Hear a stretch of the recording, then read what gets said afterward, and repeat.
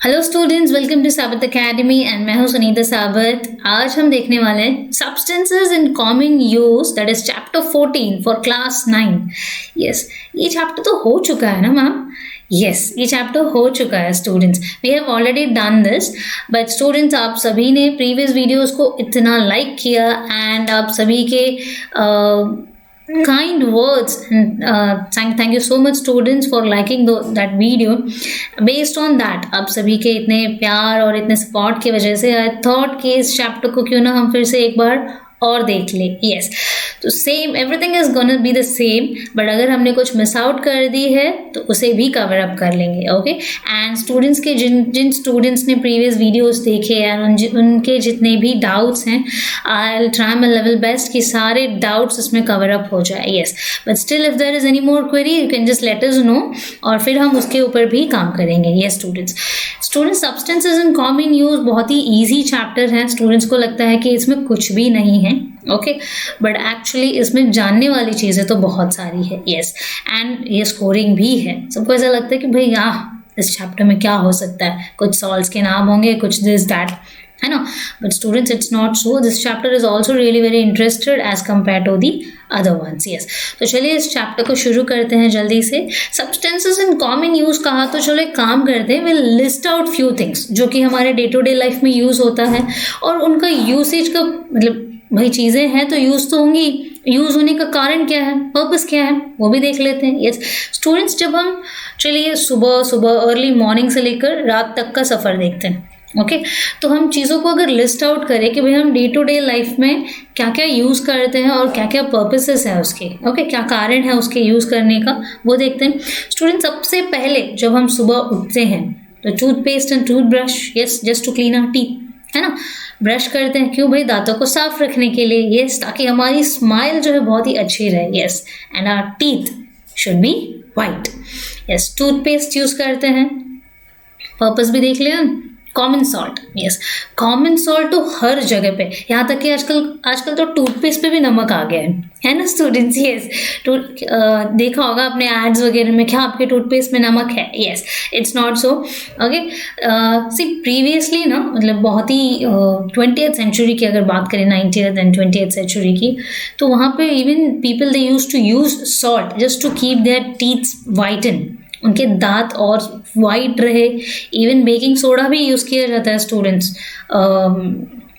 दांतों को वाइट रखने के लिए। यस, एक तरह का ब्लीचिंग एक्शन होता है वो। नेक्स्ट, कॉमन सॉल्ट के हमने देख लिए। कॉमन सॉल्ट का दांतों पे तो असर है ही, बट हमारे बॉडी पे भी। यस भाई, आयोडीन वाला नमक अगर नहीं खाएंगे तो दिमाग कैसे तेज चलेगा, है ना? दिमाग तेज दौड़ाने के लिए आयोडीन वाला नमक ज़रूरी है। यस, हर खाने की चीज़ों में नमक होता ही है। Without salt we can't eat food, है ना? ऐसा टेस्ट आता है। Next is washing soda. भाई खाने पीने की बात कर ले, दांत की सफाई हो गई, बट वॉशिंग सोडा जो कि कपड़े धोने में काम आते हैं, यस, वो भी यूज होता है ना। मिल्क, ओह माय गॉड, इसको कैसे भूल सकते हैं हम? हाँ, ऑल टाइम फेवरेट है मम्मी का। हमेशा कहेंगे भाई एक गिलास दूध पी ले बेटा, हल्दी वाला दूध, बादाम वाला दूध एंड सो ऑन। यस, तो milk also is a very important substance in our life. Okay, bread breakfast में यूज़ करते हैं भाई। कर्ड, यस, कर्ड तो हमारे बैलेंस डाइट का भी एक हिस्सा है। नेक्स्ट, सोप, भाई खुद की साफ सफाई भी तो ज़रूरी है। यस, तो ये तो काफ़ी सारे लिमिटेड लिस्ट आउट है स्टूडेंट्स, लिमिटेड प्रोडक्ट्स हैं जो कि डे टू डे लाइफ में यूज़ होते हैं। ऐसे तो बहुत सारी चीज़ें हैं जो हम यूज़ करते हैं। We use our bags, we use clothes and everything, मतलब हर एक छोटी मोटी चीज़ है ना कॉमन यूज़ में जो आती है, वही तो पढ़ रहे हैं ना, वो हर एक सब्सटेंस जो कॉमन यूज़ में आती है वो सब कुछ इंक्लूडेड होता है इसमें। यस, तो ये तो लिस्ट आउट कर लिया हमने। नेक्स्ट क्वेश्चन आता है and the chapter is what is a salt is all about. हमने देखा कि सॉल्ट कितना ज़रूरी है। यस, तो सॉल्ट एक्चुअली है क्या, उन चीज़ों को देखते हैं। यस, तो चलिए जानते हैं what is a salt is all about, है ना? यस, तो सॉल्ट्स क्या है? दी आयोनिक कंपाउंड्स, है ना स्टूडेंट्स? हमने हमेशा देखा है सॉल्ट क्या होता है, Na+ NCl-। ये जो प्लस और माइनस क्या होते हैं? ये अनायंस एंड कैटायंस होते हैं। Yes, anions and cations, minus वाले कैटायंस, प्लस वाले अनायंस।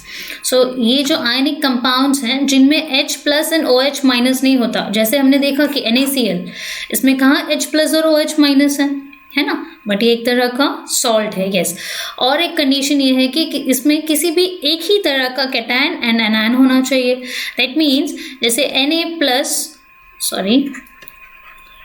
Na प्लस और Ca प्लस, ऐसे दो कैटायन्स एक साथ नहीं हो सकते, जस्ट एन एग्जाम्पल, ओके। तो कोई भी एक ही तरह का कैटायन या एनायन होना चाहिए, कैटायन एंड एनायन, सॉरी। तो इसका मतलब है कि सिंपल सॉल्ट होने के लिए हमें H प्लस और OH माइनस का एब्सेंस, मतलब वो नहीं होने चाहिए, और अगर जो भी कैटायन्स एंड एनायंस हैं वो एक ही टाइप के होने चाहिए, ठीक है। इन सब के एग्जाम्पल्स हैं Na2SO4 that is sodium sulphate, K3PO4 potassium phosphate, next is calcium chloride, yes. ये सारे एग्जाम्पल्स हैं स्टूडेंट्स कॉमन सॉल्ट्स के, सिंपल सॉल्ट्स के। नेक्स्ट इनऑर्गेनिक सब्सटेंसेस जो नेचुरली हमें मिलते हैं स्टूडेंट्स। इनऑर्गेनिक सब्सटेंसेस का मतलब क्या होता है कि जो मिनरल्स एंड रॉक्स वगैरह होते हैं वो इनऑर्गेनिक सब्सटेंसेस होते हैं, यस। तो ऐसे सब्सटेंसेस जो नेचर में ऑलरेडी प्रेजेंट हैं, जो नेचर से मिला हमें, वो क्या होते हैं, majority cases they are acids majority cases they are salts rather than acids और बेसिस, ठीक है। तो एसिड और बेसिस नहीं होते, सॉल्ट्स होते हैं, फाइन, इनऑर्गेनिक सब्सटेंसेस। नेक्स्ट अगर हम बात करें स्टूडेंट्स, ये जो भी हमें आयोनिक कंपाउंड्स, जो सॉल्ट्स मिल रहे हैं, जो इनऑर्गेनिक सब्सटेंसेस मिल रहे हैं, भाई ये मिल रहा है मतलब कोई तो एक सोर्स होगा, और उन सभी का सोर्सेस जो है majorly sea is the source, okay, C is the richest source of several salts of various elements, जैसे क्लोरीन हो गया, sodium, magnesium, calcium, bromine, potassium etcetera, ऐसे बहुत से एलिमेंट्स के सॉल्ट्स C से ही मिलते हैं, okay students. So I am just repeating the points once again. Salts क्या होंगे, ऐसे सॉल्ट्स आर दोस्त जिसमें H प्लस और OH माइनस नहीं होगा, आयंस, ओके, एंड साथ ही साथ उसमें कोई भी एक ही तरह का एनायन और कैटायन प्रेजेंट होगा, yes. So these are simple salts and examples we have seen. Second point है स्टूडेंट्स कि इनऑर्गेनिक सब्सटेंसेस जो हमें नेचर से मिला, नेचुरली मिला ना, यस, वो क्या होते हैं, वो सॉल्ट्स होते हैं रादर देन एसिड्स और बेसिस, यस। बट सारे होते हैं क्या, नहीं, मेजॉरिटी सॉल्ट्स ही होते हैं, ठीक है। एक आध कोई ऐसा स्पेशल केसेस होता है जो या तो एसिड और बेस हो सकता है, फाइन। लास्ट पॉइंट इज भाई इन सभी सॉल्ट्स का जो रिच सोर्स है वो है सी, यस। उसमें बहुत से एलिमेंट्स के सॉल्ट्स मिल जाते हैं हमें, chlorine, bromine, potassium and so on, yes, वो भी हमने देखा। चलिए आगे बढ़ते हैं। भाई हमने सॉल्ट्स तो देख लिए, और हमेशा सॉल्ट्स के बारे में हमने देखा होगा कि भाई कुछ तो पीएच आता है, यस। अब ये पीएच क्या है, पोटेंस या फिर पावर, मैं बहुत सिंपल टर्म में अगर कहूँ तो पावर ऑफ हाइड्रोजन कह सकते हैं, ओके, या तो पोटेंस या फिर पावर, ठीक है। तो सॉल्ट इज न्यूट्रल, अच्छा, सॉल्ट न्यूट्रल होता है कब, सी स्टूडेंट्स, पीएच की रेंज क्या होती है, फ्रॉम 0 to 14, जो कि हम स्केल में देख सकते हैं, 0 से शुरू हो रहा है, कहाँ पे खत्म हो रहा है, 14 पे, यस। तो ये जो कलर्स आप देख रहे हो हर एक नंबर पे, ये कलर इंडिकेट करता है कि भाई अगर ऐसे कलर्स आते हैं तो वो एसिडिक, बेसिक या फिर न्यूट्रल होते हैं, ओके। तो 0 to 6 जो है स्टूडेंट्स वो एसिड होता है, और 8 to 14 जो है वो है बेसिक, एंड द 7 नंबर आया, that means it is neutral, ठीक है। स्टूडेंट्स न्यूट्रल कौन सी चीज़ें होती है, yes, a very good question. Neutral कौन सी चीज़ें होती है स्टूडेंट्स, न्यूट्रल वही होगा जो कि स्ट्रॉन्ग एसिड और स्ट्रॉन्ग बेस के कॉम्बिनेशन से बना, ओके।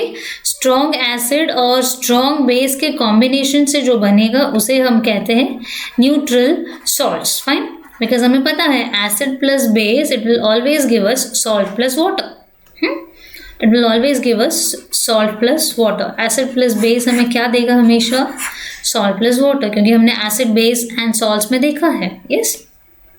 तो स्टूडेंट्स जब कभी भी किसी पीएच स्केल में वैल्यू हमें 7 मिलता है, that means the salt is always neutral, okay. PH value 7 मतलब वो सॉल्ट हमेशा न्यूट्रल है। क्या ma'am acidic and basic salts भी होते हैं, यस होते हैं students, acidic and basic salts भी होते हैं, ठीक है। चलिए उनको देखते हैं। एक चीज़ तो श्योर है कि मैम एसिड प्लस बेस आपने कहा, सॉल्ट प्लस वाटर होता है, okay. Salt plus water. Fine, yes it is true. But ma'am ये सॉल्ट तो एसिड और बेस के कॉम्बिनेशन से बना तो न्यूट्रल होना चाहिए. It is not necessary. Yes, neutral कब होता है स्टूडेंट्स? जब उसकी पीएच वैल्यू जो है वो 7 है. ओके, बट अगर पीएच वैल्यू 7 से कम हुई, that means in the range of 0 to 6, ठीक है, तो क्या वो एसिडिक हो सकता है? यस, 0 to 6 के रेंज में दिखा तो वो सॉल्ट एसिडिक होता है एंड हम ऐसे सॉल्ट्स को एसिडिक सॉल्ट्स कहते हैं. Okay, yes. तो स्टूडेंट्स देखते हैं भाई एसिडिक सॉल्ट्स कैसे होता है. स्टूडेंट्स एसिडिक सॉल्ट के लिए जो कॉम्बिनेशन होगा किसका? एसिड प्लस बेस का. ओके, सॉल्ट किससे बनता है? एसिड प्लस बेस से.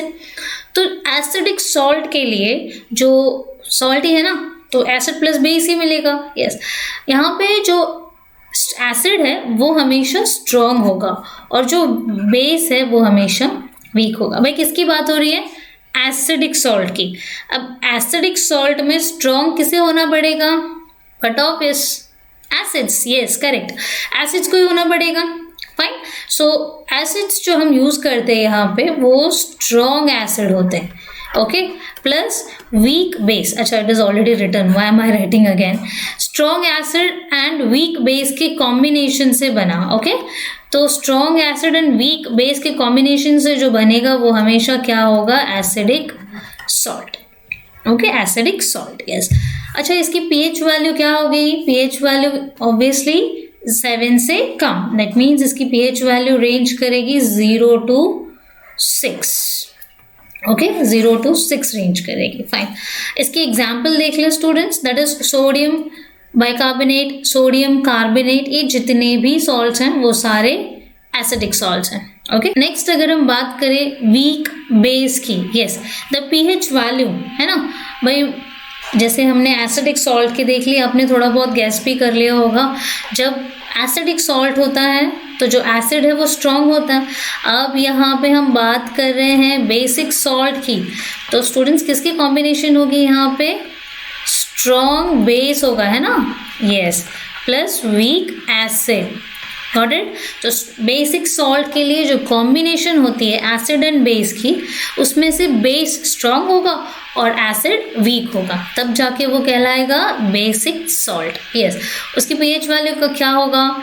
उसकी पीएच वैल्यू का रेंज होगा 8 to 14, जो कि बेसिक वैल्यू होती है. ओके, पीएच स्केल में बेसिक सब्सटेंसेस के लिए वैल्यू होती है 8 to 14. Yes, and as you can see 8 to 14. And इसका एग्जाम्पल है calcium carbonate.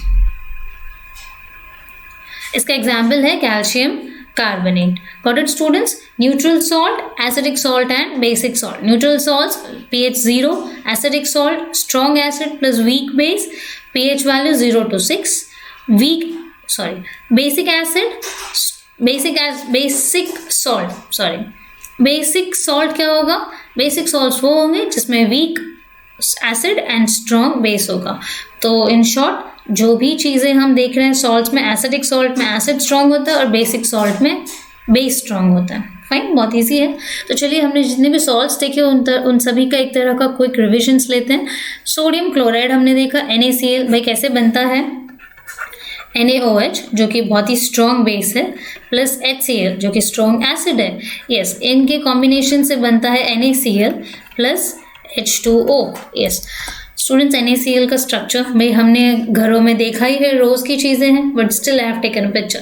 Sodium chloride is formed by neutralisation reaction. Yes students, ये जो strong acid it's a strong base, ये है स्ट्रॉन्ग एसिड. जब स्ट्रॉन्ग एसिड और strong base मिलते हैं, ओके, यहाँ पे Na प्लस और Cl माइनस हो जाता है. दैट मीन्स जब कभी भी एक कैटायन और एनायन की कॉम्बिनेशन होती है उसे हम कहते हैं न्यूट्रलाइजेशन. ठीक है, एक प्लस को एक माइनस चार्ज मिल गया तो कैंसिल. ओके, उसे न्यूट्रलाइजेशन रिएक्शन कहते हैं.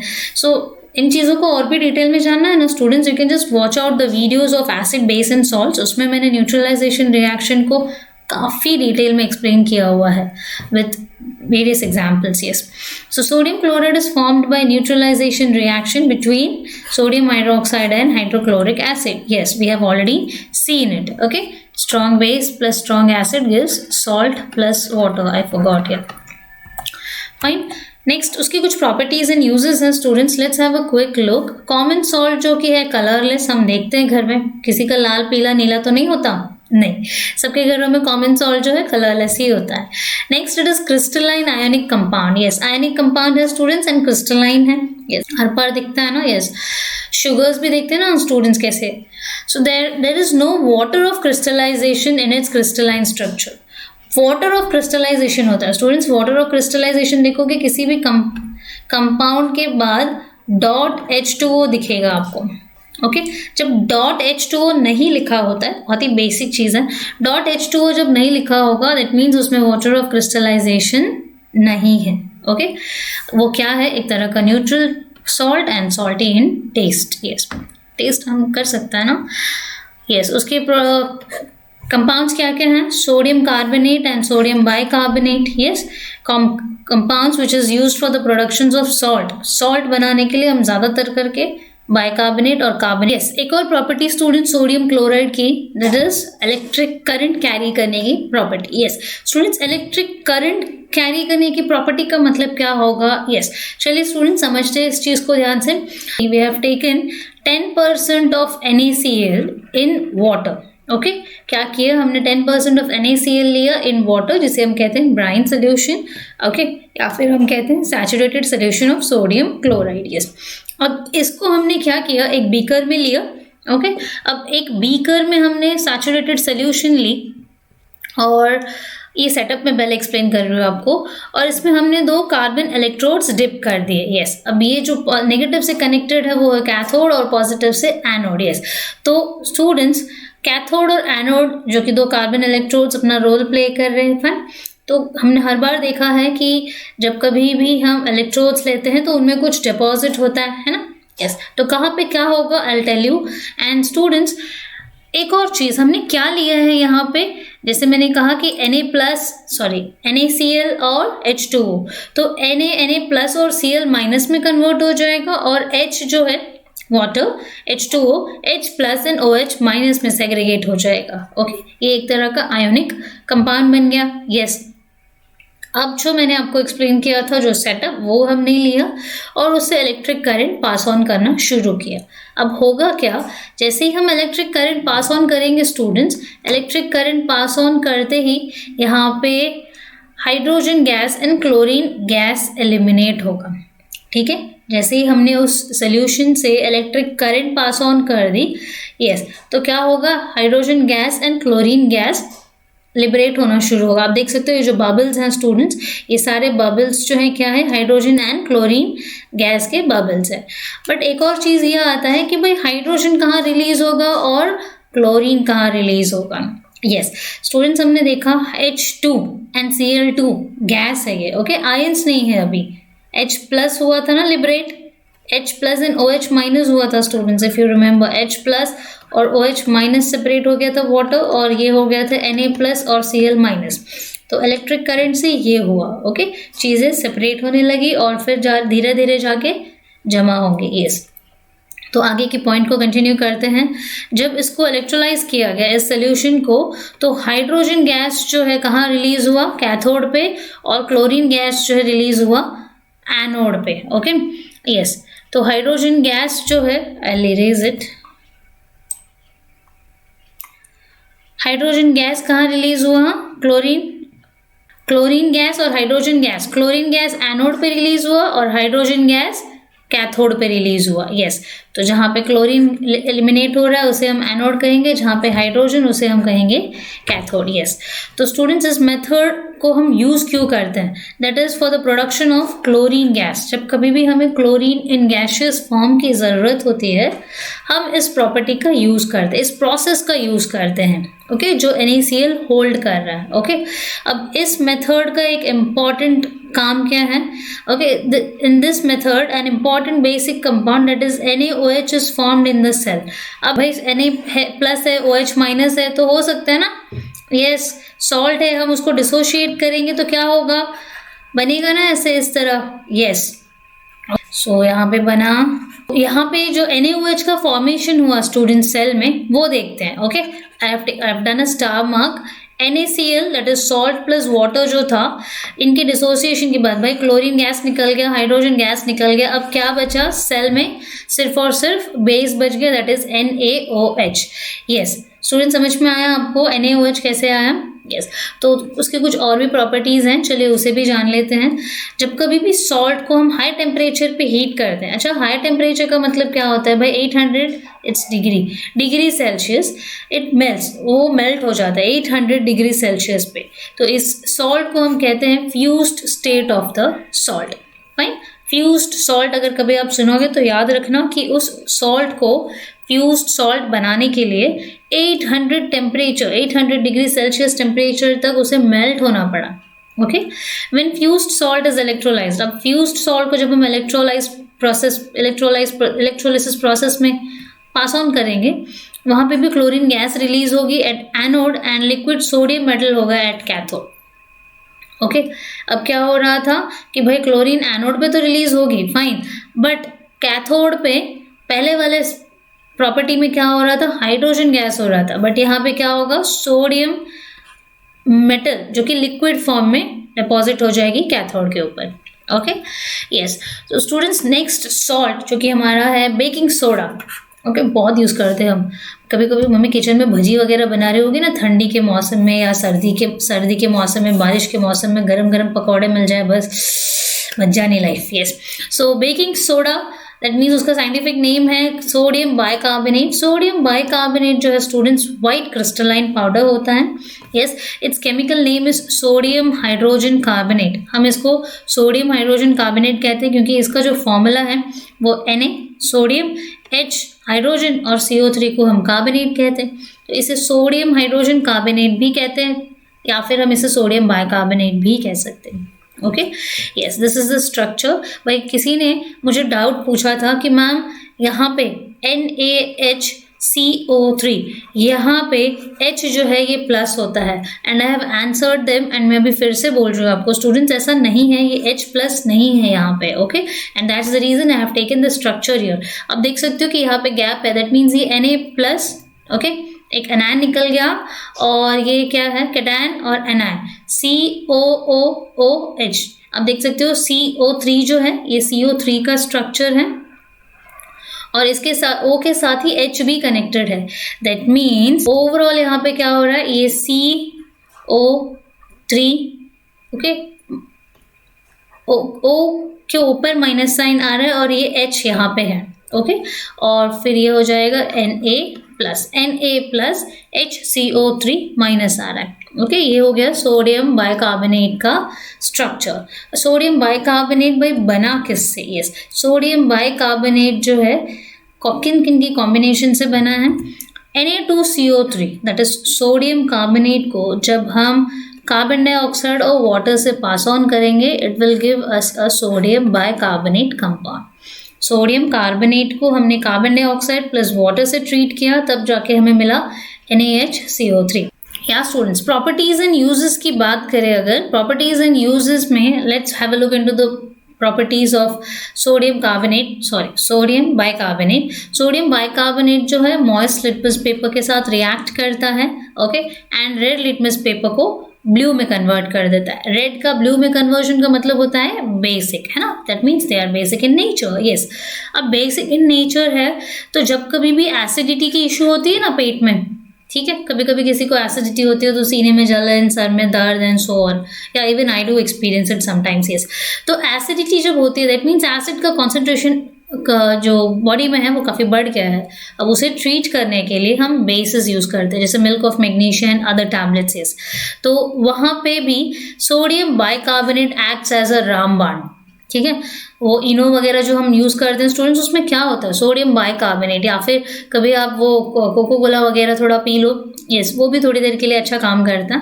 फाइन, तो इन सारी चीज़ों में जो भी एसिडिटी को ट्रीट करते हैं, स्टमक एसिडिटी को, उन सब में सोडियम बाइकार्बोनेट होता है। यस, और इन चीज़ों को हम जो बेकिंग प्रोडक्ट्स है उसमें भी यूज़ करते हैं, जैसे ब्रेड, केक, ढोकला, जो भी स्पंजी आइटम्स होते हैं ना उन सभी में यूज़ करते हैं। Next NaHCO3 that is sodium bicarbonate. Again ये क्या होता है भाई? फायर एक्सटिंग्विशर्स में यूज़ होता है just to make active substances that is CO2। आपको पता है जब कभी भी शॉर्ट सर्किट्स वगैरह ऐसे कुछ रीजन से जब आग लग जाती है तो हम उसमें पानी नहीं छिड़कते, okay, because water is a good conductor of electricity. तो हम क्या करते हैं, CO2 गैस कॉम्प्रेस्ड फॉर्म में होते हैं ना ऐसे सिलेंडर्स, फायर एक्सटिंग्विशर्स यूज करते हैं, ओके। अब वो CO2 आपने देखा कि carbon dioxide plus water plus sodium bicarbonate, इन तीनों के कॉम्बिनेशन से, सोडियम कार्बोनेट के कॉम्बिनेशन से हमें मिलता है सोडियम बाइकार्बोनेट, है ना। If you remember the previous one, I will write it once again, Na2CO3 plus CO2 plus water, ये क्या दे रहा था हमें, NaHCO3, सोडियम बाइकार्बोनेट। तो यहाँ पे आप देख सकते हो कि उसमें सोडियम कार्बन डाइऑक्साइड यूज हो रहा है, यस, तो फायर एक्सटिंग्विशर्स में यूज होता है ना carbon dioxide. Next is baking soda is use to clean an oven, yes, oven में स्टूडेंट्स जो हम केक बेक करते हैं या फिर कोई भी फूड आइटम्स हम उसे गर्म करते हैं, कुछ गिर गया, कुछ स्पॉइल हो गया, खराब हो गया, ओके, उसमें गिर के वो गंदा हो गया, तो हम उस ओवन को क्लीन कैसे करें। अब वो ऐसा तो नहीं कि पानी डाल दिया और साफ कर दिया साबुन लगा के, है ना, नहीं। तो इसे क्लीन करने के लिए हम vinegar and baking soda use करते हैं, ओके। थोड़ा सा विनेगर और थोड़ा सा बेकिंग सोडा अगर हम उसे मिक्स करके लगा दें, जो भी गंदी जगह है, कहीं पे जल गया है, ऐसा कुछ मार्क्स हैं, वहाँ पे अगर हम लगा देते हैं ओवन के अंदर, तो वो थोड़ी देर रख दो, तो क्या हो जाता है, थोड़ी देर के बाद आप उसे वाइप आउट करो ना, तो सारे दाग निकल जाते हैं, यस। ये भी एक तरह का क्लीनिंग पर्पसेस हो गया ना, ओवन को क्लीन करने के लिए हम baking soda plus vinegar use कर सकते हैं। Next is bleaching powder, yes, वो निरमा का ऐड आता है तो स्टूडेंट्स वैसे ही कुछ एक फीलिंग देता है, bleaching powder, yes, bleaching powder, fine. Bleaching powder gets it property, अच्छा, उसको ये प्रॉपर्टी क्यों मिली, क्योंकि वो क्लोरीन गैस रिलीज करता है, ओके। तो ब्लीचिंग पाउडर का फॉर्मूला है CaOCl2, calcium oxychloride, okay, calcium oxychloride कहते हैं हम इसे। जब भी ट्रीट होती है, रिएक्ट होती है कार्बन डाइऑक्साइड के साथ, it gives CaCO3, that is calcium carbonate, okay, plus chlorine gas. Calcium carbonate क्या है, एक तरह का सॉल्ट है स्टूडेंट्स, यस। तो calcium oxychloride plus carbon dioxide gives a salt and chlorine gaseous form, okay.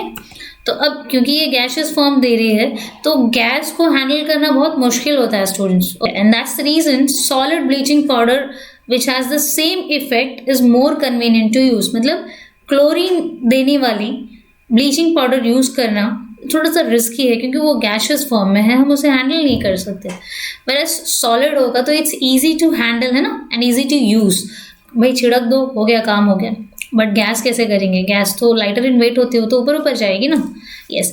तो इस वजह से पाउडर उसकी रिप्लेसमेंट है, क्लोरीन गैस की जगह पे हम क्लोरीन दे गैस जनरेट करने वाली सॉलिड यूज कर लेते हैं powder.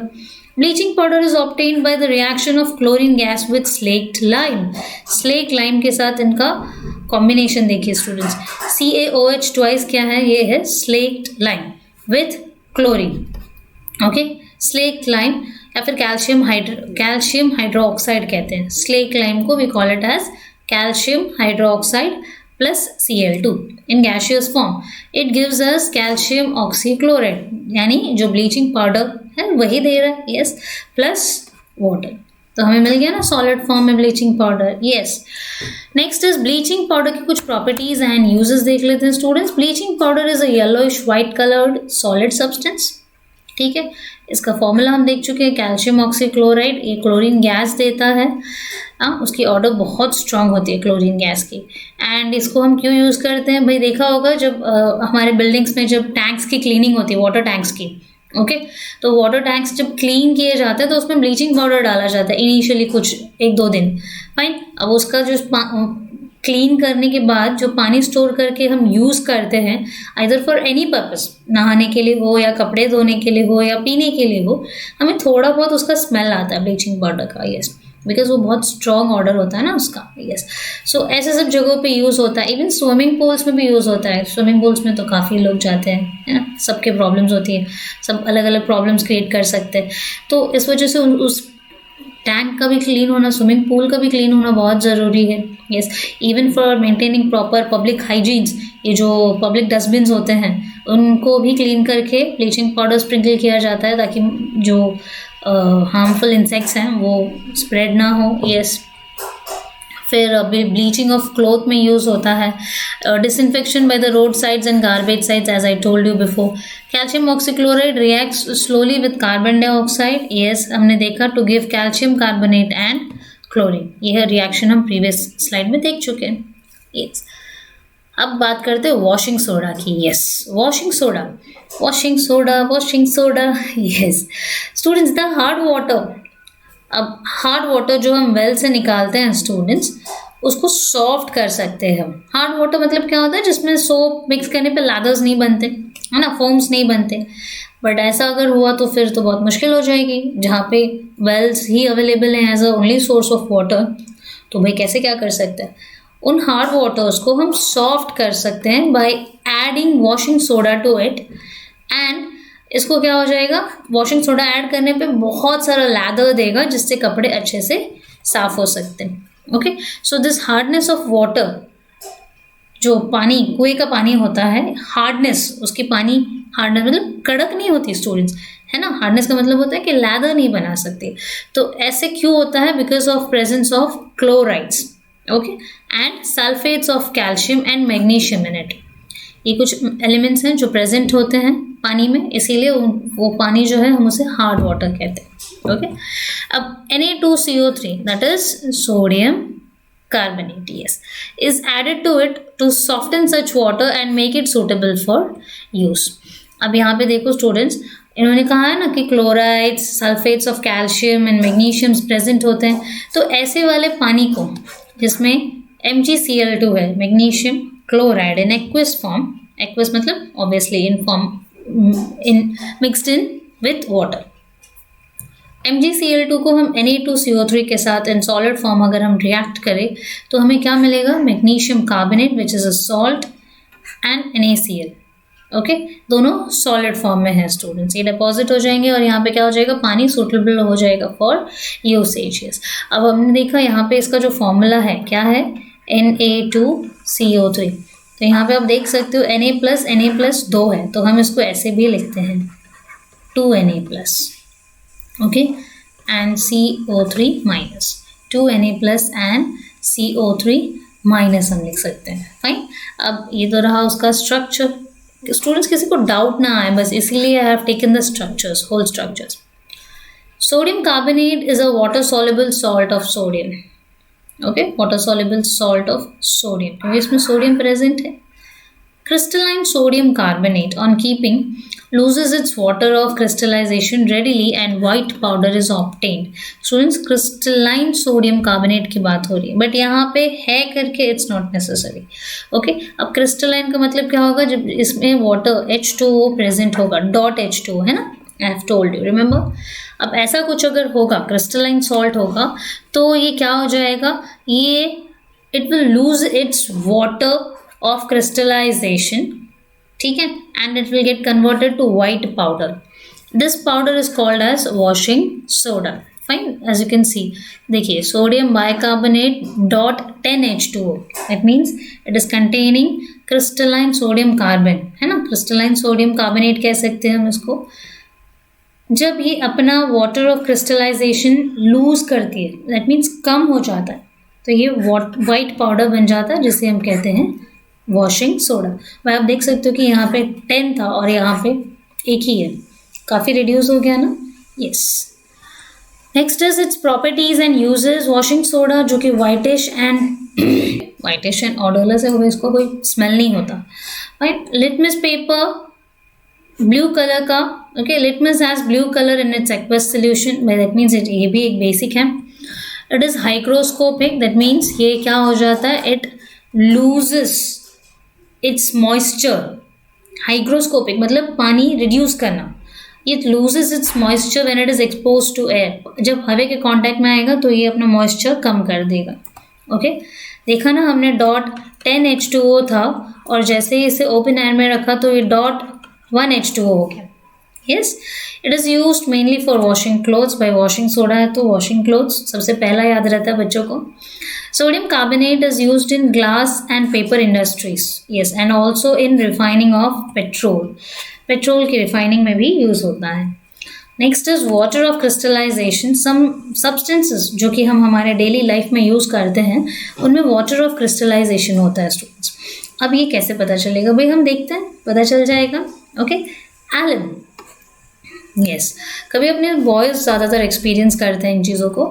While shaving and all कहीं पे कट हो जाता है तो we use a stone, white stone जैसा कुछ एक सब्सटेंस यूज़ करते हैं, उसे रब करते हैं, ब्लड क्लॉट हो जाता है ना. यस, अब वो है क्या? ओके, उसे हम कहते हैं नॉर्मल लैंग्वेज में हम उसे एलम कहते हैं. Scientific name is potash alum. Scientific name is potash alum. Formula K2SO4 .Al2SO4 thrice .H2O. अब यहाँ पे देख सकते हो 24 H2O है. ओके, पोटैश एलम में .24 H2O है. बोरैक्स, ओके, बोरैक्स में .10 H2O है along with Na2B4O7. Epsom salt, okay, Epsom salt chemical purposes के लिए यूज़ होता है. मैग्नीशियम सल्फेट मेडिकल रीजंस के लिए भी यूज़ होते हैं. Magnesium sulphate that is MgSO4.7 H2O and barium chloride that is BaCl2.2 H2O.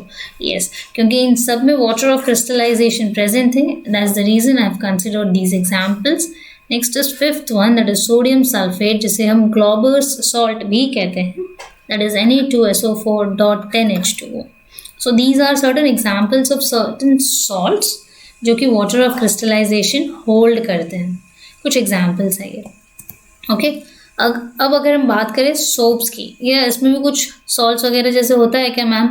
Yes भाई, डेफिनेटली होता है. ओके, यस, सोप का एग्जाम्पल. अच्छा, सिर्फ सॉल्ट्स ही नहीं होते, कुछ और चीज़ें भी होते हैं, चलिए जानते हैं.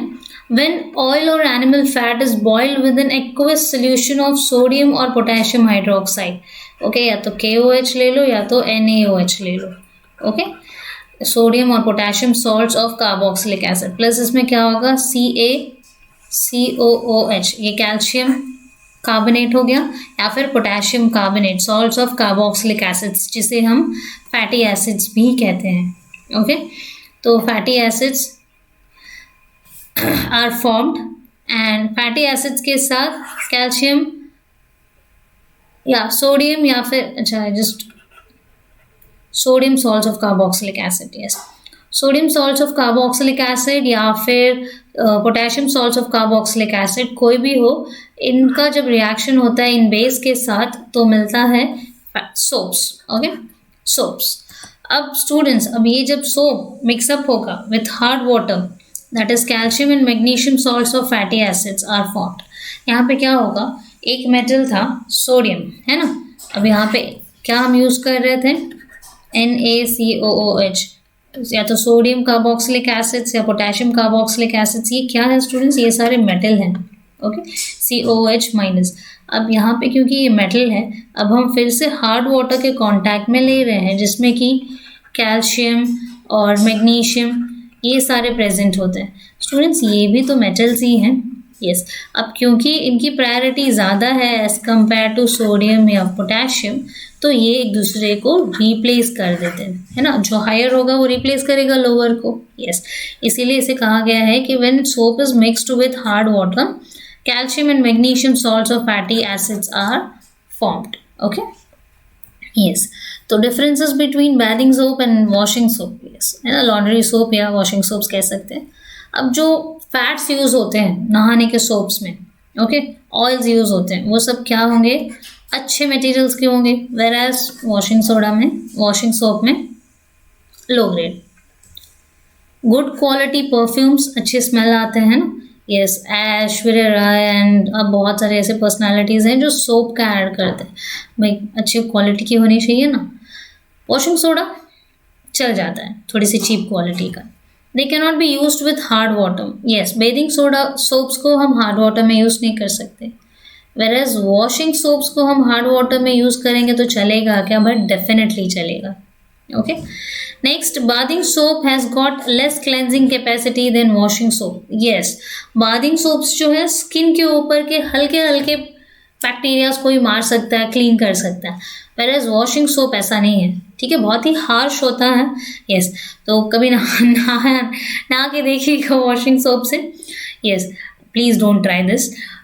Washing soap has got more cleansing capacity than the bathing soap. Yes, क्योंकि कपड़ों में दाग जो होते हैं वो बहुत ज़िद्दी होते हैं स्टूडेंट्स, जो जर्म्स होते हैं वो बहुत ज़िद्दी होते हैं, उन्हें स्ट्रॉन्ग एजेंट्स चाहिए ना कि धो धो के निकाल दे. यस, वेयरएज हमारे स्किन्स पे इतने हार्श नहीं होते and our skin needs gentle soaps, gentle salts. Yes, तो इसीलिए अलग अलग सॉल्ट्स होते हैं उसमें. रेडियो एक्टिव सब्सटेंसेस की बात करें स्टूडेंट्स, रेडियो एक्टिव सब्सटेंसेस होते क्या है? कुछ ऐसे सब्सटेंसेस या फिर हम कहते हैं कुछ ऐसे एलिमेंट्स जो हाईली रेडिएट करते हैं, है ना. रेडिएट करने का मतलब रेडिएट करने से ही उनका नाम रेडियो एक्टिव पड़ा. यस, तो ऐसे कौन से एलिमेंट्स हैं? जैसे रेडियम है, यूरेनियम है, थोरियम है. इनके एटॉमिक नंबर्स देखिएगा, ये 88 है, 92 एंड दिस इज 90. ओके, ये सारे एलिमेंट्स जो हैं हम इसे रेडियो एक्टिव एलिमेंट्स कहते हैं बिकॉज ये स्पॉन्टेनियसली एमिट करते रहते हैं और ऐसे लाइट्स जो कि इनविजिबल होते हैं, जो कि हमें नहीं दिखाई देते बट हाईली पेनिट्रेटिंग होता है. ओके, कोई एक मेटल शीट रखो तो भी वो पेनिट्रेट कर सकते हैं, सारे नहीं बट कुछ तो करते ही हैं. एंड हाई एनर्जी रेडिएशंस, इनकी जो रेडिएशंस होते हैं उसमें काफ़ी हाई अमाउंट ऑफ एनर्जी भी प्रेजेंट होती है. Okay, so this elements holding this property is said to be radioactivity. Radioactive elements जो ये property hold करते हैं radiations की, है ना, emit करने की, invisible light emit करने की, highly penetrating और highly energy radiations वाले जो members हैं, elements हैं, उसे हम कहते हैं radioactivity. उस property को हम कहते हैं radioactivity. Okay?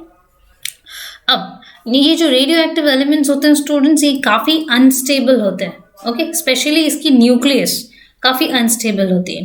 अच्छा, अब ये जो रेडिएशन है, रेडिएशन कौन से एलिमेंट्स देते हैं? जिसकी न्यूक्लियस अनस्टेबल है and these are the members जिसके न्यूक्लियस अनस्टेबल है. Okay, so the nucleus of radio active elements is unstable and this is the reason for radiation. Okay, क्योंकि ये जो मेंबर्स हैं रेडिएट्स करते हैं. ओके, अब रेडिएशंस जो है स्टूडेंट्स 3 तरह के होते हैं. कौन से? Alpha, beta and gamma rays radiate करती है. अभी हमने देखा कि किस तरह रेडियो एक्टिव सब्सटेंसेस रेडिएट करती है ना. यस, अब ये जो रेडिएशंस हैं ये 3 टाइप के हो गए ना, अल्फा, बीटा, गैमा. तो चलिए उनको देखते हैं. अल्फा, बीटा, गैमा, भाई ये चीज़ें ऑलरेडी प्रेजेंट थी क्या? नहीं, इन चीज़ों को किसी ने डिस्कवर किया, किसी ने ढूंढा, है ना. चीज़ें तो सब कुछ होती है. जैसे न्यूटन के सर पे एप्पल गिरा तो न्यूटन वॉज द पर्सन कि उसने ग्रेविटी के बारे में पता की. बट अगर हमारे सर पे एप्पल गिरता तो हम सोचते कि भाई गिरा, खा लो और खुश रहो, है ना. ऐसा नहीं है. फाइन, सो साइंटिस्ट अपना बहुत मेहनत करते हैं भाई चीज़ों को ढूंढने में, चीज़ों को डिस्कवर करने में, एंड उन्हीं चीज़ों को हमें पढ़ना होता है जानने के लिए. Yes, so in 1889 Ernest Rutherford was the person to tell that radium जो भी एमिट करता है वो 2 तरह के रेडिएशंस एमिट करता है. ओके, उसका नाम है अल्फा एंड बीटा. इन्होंने कहा कि जो रेडिएशन मेंबर्स हैं, ओके, ये alpha and beta radiations radiate करती है. वेयर एज थर्ड, हमने तो अल्फा, बीटा एंड गैमा के बारे में सुना है, तो थर्ड कौन है? Third was the Paul Ehrlich Willard is the name of the scientist who discovered third type of radiations, that is gamma radiation. Okay, तो alpha and beta Rutherford ji ने दी और विलर्ड इन्होंने गैमा रेडिएशंस डिस्कवर की. अब ये जो raise है स्टूडेंट्स, इनकी कुछ नेचर के बारे में स्टडी करते हैं. ये जो रेज हैं, ठीक है, एक सेटअप है, चलिए उसी से समझते हैं. ये सेटअप आप देख सकते हो कि ये एक तरह का लेड ब्लॉक है. ओके, लेड ब्लॉक है, इसके अंदर रेडियो एक्टिव सब्सटेंस हमने रख दी. फाइन, अभी जो रेडियो एक्टिव सब्सटेंस है काम ही क्या है उनका? रेडिएट करना. ठीक है, अब हमने थोड़ी दूर में एक फोटोग्राफिक प्लेट लगा दी, एक प्लेट लगा दी है.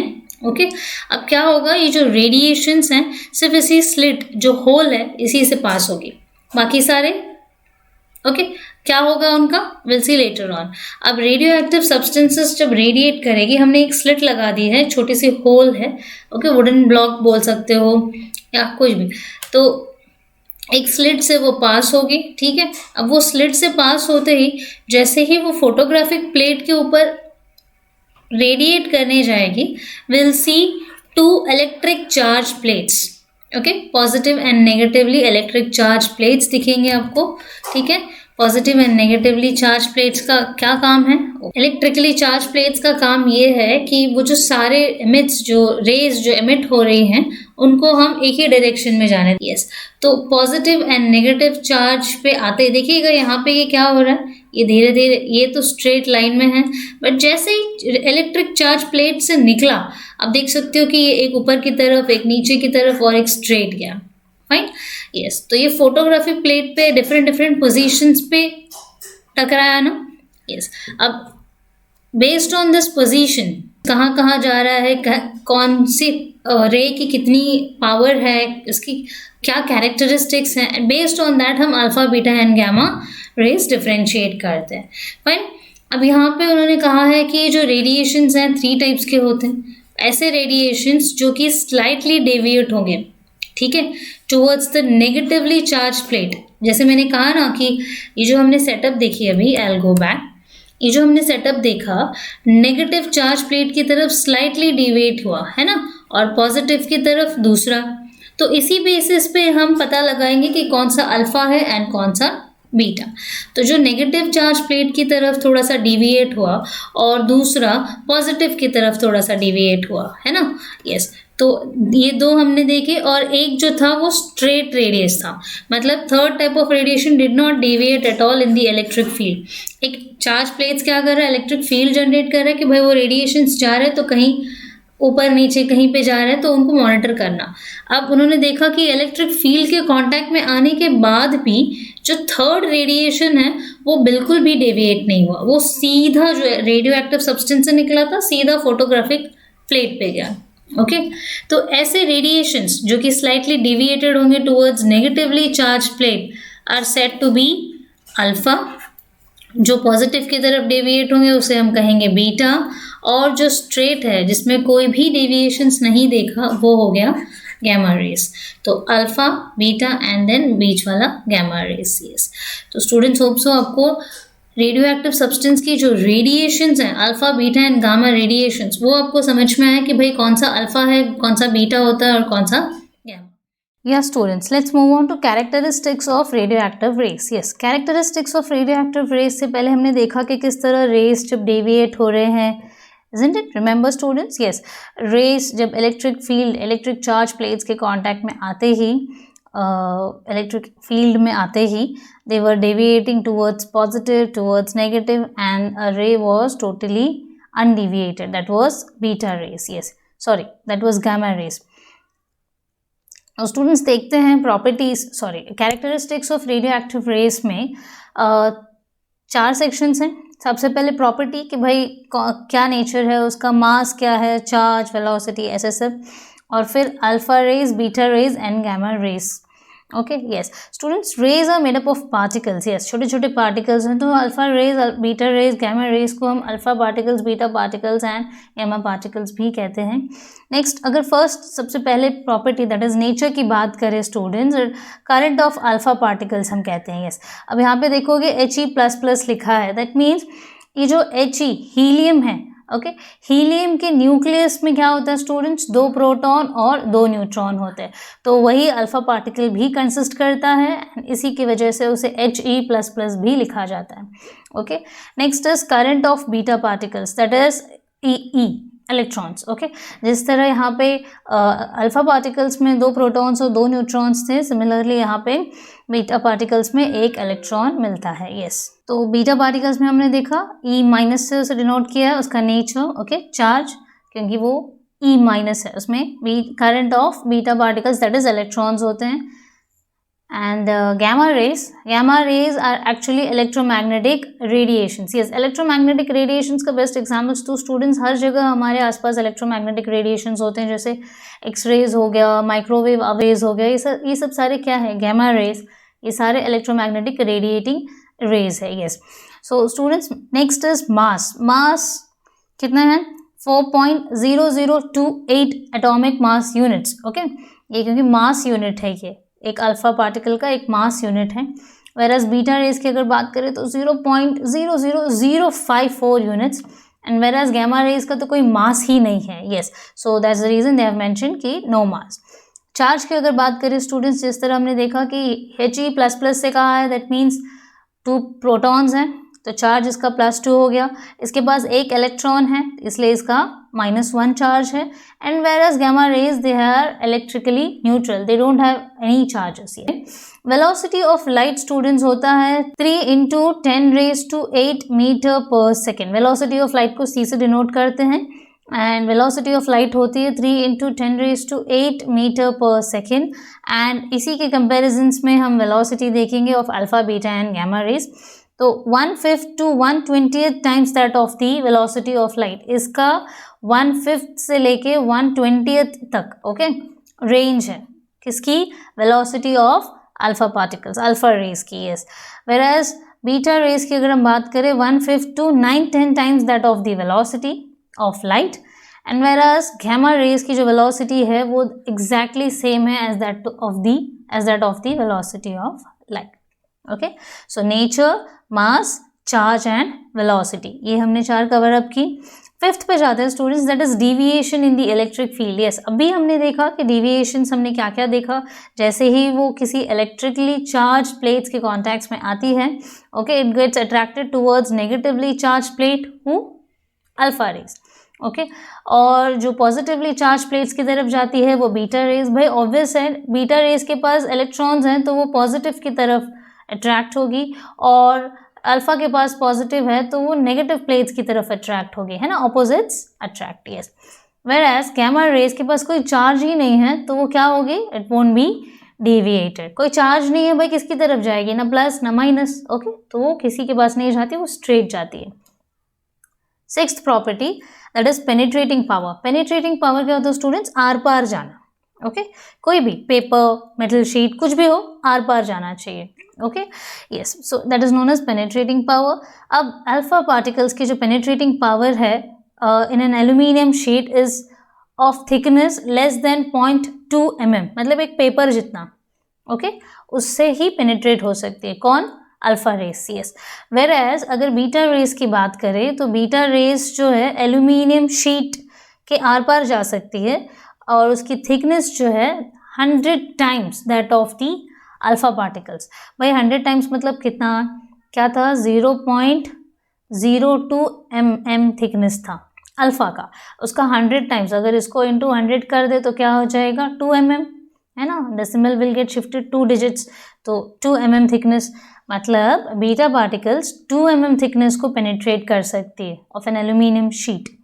वेयरएज गैमा पार्टिकल्स की अगर हम बात करें तो ये ऑलमोस्ट 10,000 टाइम्स, 2 × 10,000 टाइम्स, मतलब कितना हो गया 20,000 टाइम्स ज़्यादा मोटा एल्यूमिनियम शीट को भी पेनिट्रेट कर सकता है okay. Yes, so can imagine beta gamma rays are so strong, yes, as of like you, बहुत ही स्ट्रॉन्ग है आप लोगों की तरह। सो पेनिट्रेशन पावर हमने देखा alpha less than 0.2 mm, beta raise 2 mm penetrate कर सकती है, किसको, एल्यूमिनियम शीट की बात कर रहे हैं हम यहाँ पे। whereas gamma rays जो है it can penetrate 15 centimeter thick lead screen which is almost 10,000 times that of the alpha particles okay, that of the alpha particles। yes, तो अल्फा पार्टिकल्स से कंपेयर करें अगर तो बीटा 2 mm और gamma 10,000 times okay, 10,000 times thick होता है। Ionisation power की अगर हम बात करें, आयोनाइजेशन पावर का मतलब होता है स्टूडेंट्स रिमूवल ऑफ इलेक्ट्रॉन्स, क्या करना, इलेक्ट्रॉन्स विड्रॉ करना। अब वो इलेक्ट्रॉन्स विड्रॉ कर रहे हैं किससे, भाई इलेक्ट्रॉन्स किससे विड्रॉ कर सकते हैं, एटम से ओके। अब एटम से विड्रॉ कर रही है इलेक्ट्रॉन्स तो वो क्या बन जाएंगे, ions, but that too in a gaseous state, इसीलिए हम इसे कहते हैं आयोनाइजेशन पावर। अब आयोनाइजेशन पावर ऑफ अल्फा की अगर हम बात करें, जैसे कि आप देख सकते हो स्टूडेंट्स इसकी वेलोसिटी ऑफ लाइट कितनी कम है as compare to the other rays, इसकी जो पेनिट्रेशन पावर है वो भी कम है, दैट मीन्स ये बहुत ही स्लो रेट में काम करता है okay. Since it is travelling in a very slow rate, इसकी जो आयोनाइजेशन पावर है, जैसे कि लोकल ट्रेन्स की बात करें स्टूडेंट्स, स्लो ट्रेन जो होगी वो हर एक स्टेशन पे रुकेगी, दैट मीन्स जो भी कोई उससे मिलने आएगा वो हर एक से बात करते हुए जाएगी, है ना। यस, तो यहाँ पे क्या हो गया, अब क्योंकि स्लो है वो हर एक स्टेशन पे रुक रही है तो क्राउड देखा है आपने कितना ज़्यादा होता है। यस, वेयरएज बीटा रेस की अगर हम बात करें, ये हर एक स्टेशन पे नहीं रुकेगी बट कुछ पर्टिकुलर स्टेशंस पे लोकल ट्रेन के एग्जाम्पल की बात नहीं करते, हम नॉर्मल अपने फ्रेंड्स की बात कर रहे हैं। जैसे अगर हमारे बेस्ट फ्रेंड्स हैं, एक ग्रुप है हमारे फ्रेंड्स का, और चलिए 10 फ्रेंड्स ले लेते हैं, ओके, ज़्यादा ही होंगे, 10 फ्रेंड्स ले लेते हैं in a group. Yes, 10 friends. Alpha race क्या करता है, assumption I am the alpha race, तो मैं यहाँ पे क्या कर रही हूँ, मेरे सारे 10 फ्रेंड्स से मिलके आ रही हूँ, that means all my friends are happy from me, okay. Yes, so यहाँ पे आयनाइजेशन पावर, मैं क्या कर रही हूँ, एक्सचेंज कर रही हूँ इन्फॉर्मेशन। तो यहाँ पे हम एक्सचेंज क्या कर रहे हैं, सॉरी एक्सचेंज नहीं कर रहे, इलेक्ट्रॉन्स विड्रॉ कर रहे हैं। यहाँ पे अल्फा रेस क्या कर रहा है, हर एक गैशियस एटम से एक एक इलेक्ट्रॉन्स विड्रॉ कर रहा है, ले रहा है, तो हर एक को मिल रहा है, क्योंकि स्लो है, हर एक को मिल के आएगा, तो आयनाइजेशन पावर क्या होगी, ज़्यादा। वेरएस बीटा रेस क्या कर रहा है, सबसे नहीं मिलता, कुछ लिमिटेड, 10 फ्रेंड्स हैं, 5 से मिला, 5 को छोड़ दिया, तो अल्फा से बीटा का जो आयनाइजेशन पावर है लो होगा। यस, वेरएस गामा रेस बोलता है कि भाई मैं किसी से नहीं मिलता, मैं डायरेक्ट सोर्स से निकलता हूँ, घर से निकलता हूँ, स्कूल जाता हूँ, स्कूल से निकलता हूँ, वापस घर आता हूँ, कोई फ्रेंड से नहीं मिलता। यस, तो इसमें ऐसे रेस का क्या होगा, ionization power will be very very low. Yes, so hope so you have got a clear idea about ionization power. Next is power to produce fluorescence. Fluorescence students, fluorescence का मतलब होता है विजिबल या invisible radiations emit करना। Yes, shorter wavelengths के। Yes, अब students invisible या invisible radiations emit करना ऑफ शॉर्टर वेवलेंथ, जैसे अगर एग्जांपल कहो तो एक्स रेज हो गया, यूवी रेज हो गया। यस, ये सब क्या है, फ्लोरोसेंस। देखा होगा ना आपने, जैसे रेडियम चमकता है, यस, तो वो because of the fluorescence quality. Yes, so power to produce fluorescence of alpha particle is very high, whereas as that of the beta rays is very low and gamma rays का low है। that means alpha का सबसे ज़्यादा, beta का सबसे कम और gamma का in between। okay, beta से ज़्यादा ही होगा। यस, अदरवाइज वो वेरी लो मेंशन नहीं करते। Okay, so power to produce fluorescence का मतलब है विजिबल या फिर इनविजिबल रेडिएशंस एमिट करना ऑफ शॉर्टर वेवलेंथ। यस, तो स्टूडेंट्स ये तो रहे हमारे characteristics of radio active rays. Yes, hope so आपको क्लियर हुआ। Yes, uses of radio active isotopes की बात करें अगर स्टूडेंट्स, तो आइसोटोप्स बहुत सारी जगहों पे यूज होते हैं। जैसे आपको याद होगा हाइड्रोजन्स के आइसोटोप्स, ट्रिटियम है ना। यस, हाइड्रोजन में एक ही प्रोटॉन होगा, ओके, ड्यूटियम में 2, ट्रिटियम में 3, ये सारे आइसोटोप्स हैं। यस, सो रेडियो एक्टिव आइसोटोप्स जो कि ज़्यादातर करके रिसर्च फील्ड्स में यूज़ होते हैं, agriculture, industry, medicine and so on, ऐसे फील्ड्स में यूज़ होती है। अब रेडियो एक्टिव सब्सटेंसेस के 2 वेज हैं यूज़ करने के। ओके, सो फर्स्ट तो है कि बाय यूजिंग द रेडिएशन, अगर कोई रेडियो एक्टिव सब्सटेंस है और सिर्फ आप उसकी रेडिएशन को यूज़ कर रहे हो, वो एक तरीका हो जाता, या फिर हम पूरी तरह रेडियो एक्टिव एलिमेंट को ही यूज़ कर रहे हैं। ओके, 2 हो गए ना, रेडियो एक्टिव एलिमेंट एक हो गया और उससे रेडिएशंस। तो अगर हम उस एलिमेंट को यूज़ कर रहे हैं इटसेल्फ तो एक पर्पस, और अगर उसके रेडिएशन को यूज़ कर रहे हैं एलिमेंट को नहीं तो दूसरा तरीका है ना। सो ऐसे 2 मेथड्स हो गए यूज़ करने के आइसोटोप्स के। फर्स्ट, फील्ड ऑफ एग्रीकल्चर में अगर हम बात करें तो ये जो जीन्स एंड क्रोमोसोम्स के बारे में हमने अर्लियर चैप्टर्स में देखा है स्टूडेंट्स, अब ये क्या करते हैं, कुछ प्रॉपर्टीज होल्ड करते हैं ना पेरेंट्स की, जो आने वाले ऑफ स्प्रिंग में ट्रांसफ़र होगी, जैसे कि fast growth, higher productivity etcetera. ये सब मॉडिफाई किया जा सकता है रेडिएशंस में। अच्छा, एग्रीकल्चर में जो पुराने क्रॉप्स होंगे स्टूडेंट्स, उन क्रॉप्स में ये रेडिएशंस यूज़ करके कुछ इम्प्रूवमेंट्स लाए जाते हैं। ठीक है, जैसे जल्दी क्रॉप्स ग्रो होना, जैसे अगर कोई क्रॉप अगर 6 मंथ्स ले रहा है तो हम चाहेंगे कि वो एटलीस्ट 3 मंथ्स में ग्रो हो जाए, ताकि जो डिमांड एंड सप्लाई का साइकिल है वो चलता रहे। डिमांड से ज़्यादा सप्लाई होनी चाहिए ना हमेशा। Yes, okay. Next is cobalt 60 को हम फूड प्रिजर्वेशन के लिए यूज़ करते हैं। कोबाल्ट 60 को हम यूज़ करते हैं फॉर प्रिवेंटिंग स्प्राउटिंग्स, जैसे ऑनियन एंड पोटैटोज है, ये कैसे स्प्राउट हो सकते हैं, तो हम कोबाल्ट 60 से जो गैमा रेज निकलता है हम उस पोटैटोज पे रेडिएट करते हैं ताकि वो स्प्राउट नहीं हो while transportation and all. Yes, strontium 90 है ना, strontium 90 is used as a tracer in research on various crops. Tracers की तरह काम करते हैं भाई, पता करने के लिए कि भाई सब कुछ चीज़ें सही हो रही है या क्या गलत हो रहा है and so on. Medical science में इसके यूसेजेस की बात करें तो पहला है पॉलीसाइथेमिया। अब पॉलीसाइथेमिया का मतलब क्या होता है स्टूडेंट्स? सी, ब्लड में 3 तरह के सेल्स होते हैं, आरबीसीज, डब्ल्यूबीसीज एंड प्लेटलेट्स। अब यहाँ पे polycythemia, poly means many, cythemia means cells, okay, and that too specifically red blood cells. अब अगर रेड ब्लड सेल्स का काउंट बढ़ जाता है ब्लड में, उसे हम कहते हैं पॉलीसाइथेमिया। ठीक है, अब पॉलीसाइथेमिया की ट्रीटमेंट के लिए हमें फॉस्फोरस 32 यूज किया जाता है। फाइन, पॉलीसाइथेमिया की ट्रीटमेंट, पॉलीसाइथेमिया क्या होता है कि आरबीसीज का इंक्रीमेंट, बढ़ जाना नंबर्स, अगर बहुत ज़्यादा होते हैं तो ये बीमारी है और इसको ट्रीट करने के लिए फॉस्फोरस 32 यूज़ करते हैं। Next is bone cancer. Bone cancer को हम स्ट्रॉन्टियम 89, 90, सेमेरियम 153, रेडियम 223, ये सारे ट्रीटमेंट्स बोन कैंसर्स के ट्रीटमेंट के लिए यूज़ होते हैं। Next hyper thyroidism. हाइपर मतलब काफ़ी ज़्यादा, थायरॉयडिज्म, थायराइड है ना, thyroid issues. So enlargement of thyroid gland, thyroid gland का एनलार्जमेंट होना, उसे हम कहते हैं हाइपरथायरॉयडिज्म। स्टूडेंट्स, बहुत बार देखा होगा हमने, कुछ लोग जो है बहुत ज़्यादा खाना खाते हैं बट स्टिल उनकी वेट नहीं बढ़ती है ना, एपेटाइट काफ़ी अच्छा है बट स्टिल वेट लॉस होता है। नेक्स्ट इंसोम्निया, जैसे नींद ना आना, are the symptoms of hyperthyroidism, और ये over productions of hormones, that is thyroid gland का ओवर प्रोडक्शंस की वजह से होता है। अब इसकी ट्रीटमेंट, ओवर प्रोडक्शन है भाई, कहीं ना कहीं प्रोडक्शन ज़्यादा है इसलिए ये बीमारी है, तो हमें इसकी प्रोडक्शन को कम करना है। अब इस ट्रीटमेंट में हम यूज़ करते हैं iodine 123, okay, iodine 123 is used for treatment of hyperthyroidism. Next is tumour detections. Yes, tumour students क्या होता है? It's nothing but an enlargement of a muscle cells. ठीक है, बट ये क्या होता है कि कभी कभी जो फंक्शनिंग्स हैं उसमें प्रॉब्लम्स क्रिएट करता है ट्यूमर्स। यस, कहीं पे भी होता है, brain tumours, stomach tumours and so on, skin tumours, ऐसे बहुत से होते हैं। सो ये जो ट्यूमर्स हैं स्टूडेंट्स, इनको ट्रीट करने के लिए बोरॉन 10, आयोडीन 131, कोबाल्ट 60, ऐसे बहुत सारे आइसोटोप्स हैं, जो रेडियो एक्टिव आइसोटोप्स, जो कि यूज़ किए जाते हैं for treatment of brain tumours and so on. While arsenic 74 is used for the detection of small tumours in the body. जैसे ब्रेन ट्यूमर्स के लिए स्पेसिफिकली कुछ मेंबर्स हैं रेडियो एक्टिव एलिमेंट्स, और फिर आर्सेनिक 74 ओवरऑल बॉडी के tumour के detections के लिए यूज़ किया जाता है।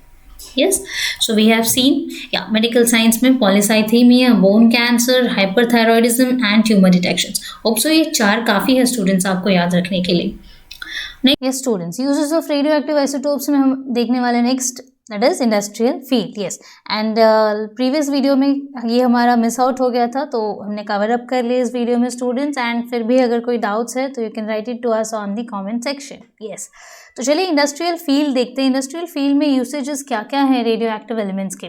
स्टूडेंट्स, हमें पता है कि रेडियो एक्टिव सब्सटेंसेस जैसे रेडियम, प्रोमीथियम, ट्रिटियम, ये सब कैसे है ना, रेडिएट करता है ना, कलर्स दिखते हैं। वॉचेस में हमने देखा था कि किस तरह रिस्ट वॉच में रेडियम की वजह से शाइन होता है, नीडल्स और पूरा बैकग्राउंड एंड ऑल। यस, तो वही लुमिनेसेंट पेंट एंड रेडियो लुमिनेसेंस को डिस्क्राइब कर रहा है इन डिटेल। लुमिनेसेंट पेंट्स क्या होता है स्टूडेंट्स? जैसे आपने देखा होगा छोटे बच्चों के रूम्स जो होते हैं, वहाँ पे अगर हम स्टार्स, मून्स है ना, स्पेसशिप्स वगैरह अगर पिक्चर्स आते हैं आजकल, उसे स्टिक कर देते, दीवारों पे चिपका देते हैं, सीलिंग पे चिपका देते हैं। लाइट बंद होने के बाद वो किस तरह चमकता है ना। यस, वो किस वजह से? Because of the fluorescent paint in it. Yes, जो पेंट है, जो पिक्चर्स को कलर किया गया है फ्लोरेसेंट पेंट्स की वजह से।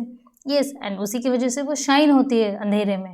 ओके, तो यही प्रॉपर्टी हमने रेडियम की भी देखी थी। यस, और यही प्रॉपर्टी इंडस्ट्रियल फील्ड के लिए भी यूज़ होता है। रेडियो लुमिनेसेंस स्टूडेंट्स किस लिए? जब अंधेरे में कोई चीज़ें अगर नहीं दिखाई देगी, है ना, बट वो ज़रूरी है कि आपको दिखनी चाहिए, बट अंधेरे में नहीं दिख रही है, तो उस चीज़ को हाईलाइट करने के लिए रेडियो लुमिनेसेंस प्रॉपर्टी यूज़ की जाती है। यस, जैसे अगर मैं आपको एग्जांपल दूं, हम कहीं ट्रैवल कर रहे हैं, कहीं बाहर घूमने गए हैं, रात को हम ट्रैवल कर रहे हैं। यस, शाम हो गई, चलिए रात 12-1-2 बजे की बात नहीं कर रहे हैं, इवनिंग नॉर्मली 7-8 बजे का भी जो टाइम है, यहाँ पे क्या होता है स्टूडेंट्स? अंधेरा हो गया। यस, अब हमें कहीं पे डायरेक्शंस देखनी है, जो साइन बोर्ड्स होते हैं वो सब, या फिर कोई डेंजर है वो बोर्ड, ऐसे सब बोर्ड्स काफ़ी ज़रूरी है students, just to avoid accidents. Yes, अगर कहीं पे डीप है, कहीं पे स्लोप है, खाई है, वहाँ पे अगर साइन बोर्ड नहीं लगाया गया तो गाड़ी चलाने वाले को तो पता नहीं होगी, वो नया है अगर वो पर्सन उस एरिया में, तो ऐसे सब जगहों पे साइन बोर्ड्स बहुत ज़रूरी है, तो वहाँ पे अंधेरे में दिखने वाले साइन बोर्ड्स होने चाहिए ना।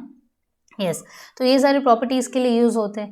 इवन अंधेरे में जो घड़ी, जैसे गाड़ियों में अगर आपने देखा होगा अंधेरों में भी वो इंडिकेटर्स दिखता है, फ्यूल इंडिकेटर्स, आप कितने स्पीड पे हो एंड सो ऑन, वो विजिबल होता है ये students, that is because of again radium property.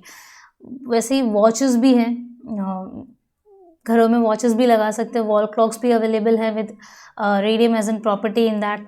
क्या होगा कि उसके जो नंबर्स है 1 2 3 4 जैसे इमेज में दिख रहा है आपको, और जो छोटे और बड़े कांटे होते हैं किसमें, क्लॉक में ऑब्वियसली, वो भी विजिबल होगा आपको। यस, तो आप टाइम देख सकते हो, hands of a clock and बहुत सारे ऐसे ऑब्जेक्ट्स हैं जो कि आपको अंधेरे में दिखने ज़रूरी है, एंड उसी के लिए रेडियो एक्टिव एलिमेंट्स हम यूज़ करते हैं। कुछ ऐसे सेरेमिक आर्टिकल्स भी हैं स्टूडेंट्स जिसमें एलिमेंट्स यूज़ किए जाते हैं, जैसे किचन यूटेंसिल्स की अगर बात करें नाउअडेज तो बहुत ही वेरिएशंस आ गए हैं किचन यूटेंसिल्स में। स्पैटुला है, स्पिनर है एंड सो ऑन। तो मिक्सिंग स्पून, स्पैटुला, ये सब के आपके कलर्स देख रहे हैं स्टूडेंट्स, पहले ऐसे नहीं आते थे, पहले सिल्वर या मतलब आयरन शेड्स के मिलते थे, ओके, स्टेनलेस स्टील शेड्स के मिलते थे, बट आजकल तो कलर्स भी आ गए उसे। कलर्स ज़रूरत तो नहीं है, 100% ज़रूरत नहीं होती, बट कुछ एक डेकोरेटिव या फिर क्रिएटिव, जैसे किचन का लुक बहुत कलरफुल दिखेगा। यस, फिर ऐसे फ्लोरिंग टाइल्स भी आते हैं सीलिंग्स पे, बाथरूम वगैरह में आपने देखा होगा, कहीं बड़े बड़े होटल्स होते हैं, बड़े अच्छे बंगलोज होते हैं, ओके, बहुत ही एक्सपेंसिव बंगलोज होते हैं, वहाँ पे लगाए जाते हैं ताकि वो शाइन करे, एक अट्रैक्टिव लुक दे। यस, तो डेकोरेटिव पर्पसेस के लिए ceramic tiles, plates, utensils and so on, ऐसे जगहों पे रेडियो एक्टिव आइसोटोप्स का यूज़ किया जाता है just to give them a luminous colour. ठीक है, एंड स्टूडेंट्स एक और चीज़ ये है कि अर्लियर ये जो कलर है, कलर की जो प्रॉपर्टी है लुमिनस कलर, ये यूरेनियम ऑक्साइड से दी जाती थी, whereas nowadays they use various substitutes for them. Okay, next is industrial field. Industrial field में next is measurement of thickness, density and level. Yes students, thickness, density and level की ज़रूरत क्या है? अगर आपने देखा होगा लोकल ट्रेन्स में, तो हम सभी ट्रैवल कर चुके हैं। यस, तो लोकल ट्रेन्स में आपने देखा होगा उसका जो बेस है, ओके, जहाँ पे हम खड़े रहते हैं, वह उस बेस का थिकनेस कितना होता है ना, बहुत ही पतला होता है। वेराज उसका रूफ का थिकनेस अलग होगा, साइड्स का थिकनेस अलग होगा, जहाँ पे विंडोज़ लगे होते हैं, यस, वो थिकनेस अलग होता है। Got it? सो ऐसे काफ़ी सारी जगह होती है। लोकल ट्रेन का मैंने एग्जाम्पल इसलिए दिया स्टूडेंट्स कि हम बहुत फेमिलियर हैं उन चीज़ों से, इसीलिए। तो वैसे ही मैंने कंसिडर किया है, एज यू कैन सी ये फर्स्ट, सेकेंड एंड थर्ड ऐसे कुछ एल्यूमिनियम प्लेट्स हैं जिनकी अलग अलग थिकनेस हैं। ये प्लेट तो आपने देखी होगी, फोर्थ वन, जो कि ट्रेन्स के बेसमेंट्स में मिलता है। यस, तो ऐसे अलग अलग शीट्स की ज़रूरत होती है, ओके, कुछ मैन्युफैक्चरिंग मशीन्स बनाने के लिए या वॉट एवर द रीज़न में भी। तो जब इन चीज़ों की ज़रूरत होती है अलग अलग थिकनेस की, तो उन्हें बनाने का भी काम तो इंडस्ट्री का ही हुआ। यस, अब ये बनता कैसा है और इस चीज़ में रेडियो एक्टिव आइसोटोप्स का यूज़ कैसे है मैम? यस, चलो आई एक्सप्लेन। स्टूडेंट्स, हम एक मेटल शीट पहले बनाते हैं, ओके, एक रफ थिकनेस का बनाते हैं, ठीक है, और उस मेटल शीट को, ये हमारा मेटल शीट है, देख सकते हो तो कितना थिक है। अब इस मेटल शीट को हम दो रोलर्स के बीच में, जैसे मम्मी रोटी बेलती है ना, एक रोटी का गोला बनाती है पहले और फिर उसको बेलती है। यस, अब वो रोटी का गोला जो इतना छोटा सा था, उसे बेलते बेलते वो कितना पतला हो जाता है, जितना पतला उतना बड़ा, जितना थिक उतना छोटा। यस, तो स्टूडेंट्स रोलर्स का भी यही काम है, वो मेटल जो दो रोलर्स के बीच आया उसको थिन बनाने का काम करती है। ओके, यस, अब ये जो रोलर्स हैं ये डायरेक्टली अपने आप मन से करते हैं क्या? नहीं, ओके, अपने आप मन से तो नहीं करते, तो होता कैसा है? Yes, let's move on to the next step. ये जो बीटा पार्टिकल सोर्सेस जो भी प्रेजेंट होंगे वहाँ पे, आपने देखा कि किस तरह एक radio active element alpha, beta and gamma raise radiate करता है। Obviously alpha, beta, gamma particles भी कह सकते हैं उसे। तो ये जो बीटा पार्टिकल सोर्स हैं, ये क्या कर रहा है? Obviously this is a radio active element. अब ये जो रेडियो एक्टिव एलिमेंट है जो कि बीटा पार्टिकल्स दे रहा है, that can penetrate through the metal sheet. Yes, ये सब हमने characteristic properties of radio active elements में हमने देखा कि किस तरह अल्फा, बीटा एंड गामा कितने कितने थिकनेस लेवल्स को क्रॉस कर सकता है। Yes, so beta particle source जो है यहाँ पे क्या कर रहा है, उस एल्यूमिनियम शीट को जो उसकी थिकनेस होगी वो उसको पास ऑन करेगा और एग्जैक्टली उसके ऊपर आप देख सकते हो कि एक डिटेक्टर कनेक्टेड है। ओके, बीटा पार्टिकल सोर्स के ऊपर एक डिटेक्टर है। अब ये डिटेक्टर का काम क्या है कि भाई जो बीटा पार्टिकल सोर्स ने पेनिट्रेट की एल्यूमिनियम शीट को, अब ये पेनिट्रेट करने के बाद जो थिकनेस है वो कितनी आई, ठीक है, यहाँ से पेनिट्रेट हो गया। अब ये जो पेनिट्रेट हो गया, ये पेनिट्रेट होने के बाद इसका थिकनेस कितना है वो तो पता चलना चाहिए ना, तो डिटेक्टर वही काम करता है। यस, अगर थिकनेस में कोई भी डिफरेंसेस आता है तो डिटेक्टर जो रीडिंग्स दिखाता है उसके बेसिस पे हम रोलर्स को एडजस्ट कर सकते हैं कि भाई कम करना है या ज़्यादा करना है, and so those all things are been taken care by the industrial engineers. Yes, तो हमें उन चीज़ों पे ज़्यादा फोकस नहीं करना, हमें देखना है कि हो क्या रहा है कैसे। ओके, तो सेंसर्स क्या करते हैं, सेंसर्स लगे होते हैं रोलर्स के साथ, वो रोलर्स को एडजस्ट कर देते हैं एज पर द डेटा। जो भी डेटा मिला हमें वो एग्जैक्ट है तो ठीक है, कम करना है तो रोलर्स का जो विड्थ है, जो गैप होगी दो रोलर्स के बीच की, वो कम कर देंगे, या फिर अगर बढ़ाना है तो बढ़ा देंगे। Okay, so this is the way how come जो रेडिएशंस हैं, ओके, ये हेल्प करते हैं to measure the thickness, density and level of an aluminium, iron और plastic sheets. Yes, next industrial field में स्टूडेंट्स अगर हम देखें रेडियोग्राफी यस क्यों यूज़ होती है, इसका काफ़ी यूसेज है मेडिकल साइंस में भी। यस, आजकल बहुत हेल्पफुल हो रहा है ये रेडियोग्राफी, अलग अलग डिजीज़ को डायग्नोस करने में बहुत मदद करती है। नेक्स्ट इज रेडियोग्राफी का इंडस्ट्रियल फील्ड क्या होगा। यस स्टूडेंट्स, जैसे हम बात कर रहे थे कि ट्रेन्स, एयरक्राफ्ट्स, है ना, एरोप्लेन्स, फाइटरप्लेन्स, वॉट एवर एयरक्राफ्ट जो भी हमारे डिफेंस के लिए यूज़ होता है, डिफेंस सिस्टम में या फिर ट्रैवलिंग पर्पसेस के लिए, स्पेसशिप्स, यस, तो रिसर्चेस एंड ऑल में जो जहाँ कहीं पे भी हम आयरन आर्टिकल्स यूज़ करते हैं, है ना, आयरन आर्टिकल्स यूज़ करते हैं, वहाँ पे हमें एक चीज़ बहुत अच्छे से ध्यान देनी होती है कि भाई आयरन आर्टिकल्स जो हम यूज़ कर रहे हैं, भाई कहीं ना कहीं इस पर कुछ क्रैक्स ना आ जाए, कहीं होल ना आ जाए। यस, अदरवाइज ये कहीं ट्रैवल कर रहा है और क्रैक है तो ऑब्वियसली ये कुछ एक्सीडेंट्स करवा सकती है। यस, तो इन सब चीज़ों को टेस्ट करना बहुत ज़रूरी होता है। सो ये आयरन आर्टिकल्स को जो है चेक करने का एक मेथड समझ सकते हैं आप इसको, रेडियोग्राफी। अब ये रेडियोग्राफी करता क्या है कि कोई अगर एक ऑब्जेक्ट बन जाता है आयरन आर्टिकल का, तो उसे हम चेक कर सकते हैं कि भाई अंदर कोई क्रैक्स तो नहीं है, कोई वॉइड्स मतलब कोई स्पेस तो नहीं रह गया बीच में। अगर कोई एक हॉलो बनाना है, कोई सॉलिड बनाना है और बीच में हॉलो रह गया, मतलब खाली रह गया, वॉइड, तो नहीं चलेगा फिर। यस, तो ऐसे सब चीज़ें चेक करनी होती है इन iron articles and iron shoulders. मतलब कहीं पे अगर बेंडिंग है, जैसे अगर कोई ट्यूब है और यहाँ पे बेंडिंग है, तो यहाँ पे मुझे चेक करना है कि भाई यहाँ पे जो बेंडिंग है ये प्रॉपर है या नहीं, कहीं ऐसा तो नहीं कि यहाँ से कुछ लीकेजेस हो जाए या समथिंग लाइक दैट। सो ये सब डिटेक्ट करने के लिए जो है कौन हेल्प करता है, गैमा रेस। यस, तो ये गैमा रेस जो डिटेक्ट करती है, दैट इज़ रेडियोग्राफी के लिए हेल्प करती है। ये एक्चुअली में काम कैसे करती है स्टूडेंट्स, सबसे पहले तो गामा रेज रेडिएटर। यस, अब इसने क्या किया, हमने एक आयरन शीट ले ली और देखा सॉलिड है और देखा कि भाई यहाँ पे कुछ थिकनेस कम है। अब गैमा रेस जो रेडिएटिंग सोर्स है क्या रेडिएट कर रही है, गैमा रेस। अब गैमा रेस जो है वो पेनिट्रेट हो रहा है through the iron article. Okay, अब यहाँ पे जो पेनिट्रेट हो रही है स्टूडेंट्स, उसने एक प्रोजेक्शन रेज है ना, तो रेज क्या करेगी, प्रोजेक्ट करेगी। तो हमने एक फिल्म ली और वहाँ पे देखा, वो मूवी वाली फिल्म में स्टूडेंट्स, हमने यहाँ पे एक फिल्म ली और देखा कि भाई यहाँ पे कुछ डार्क जैसा दिख रहा है। अगर सब कुछ ओके होता तो कोई डार्क पैचेस नहीं आते, बट यहाँ पे कुछ गड़बड़ है इसलिए डार्क पैचेस है। अब वो गड़बड़ क्या है वो पता चल जाएगा।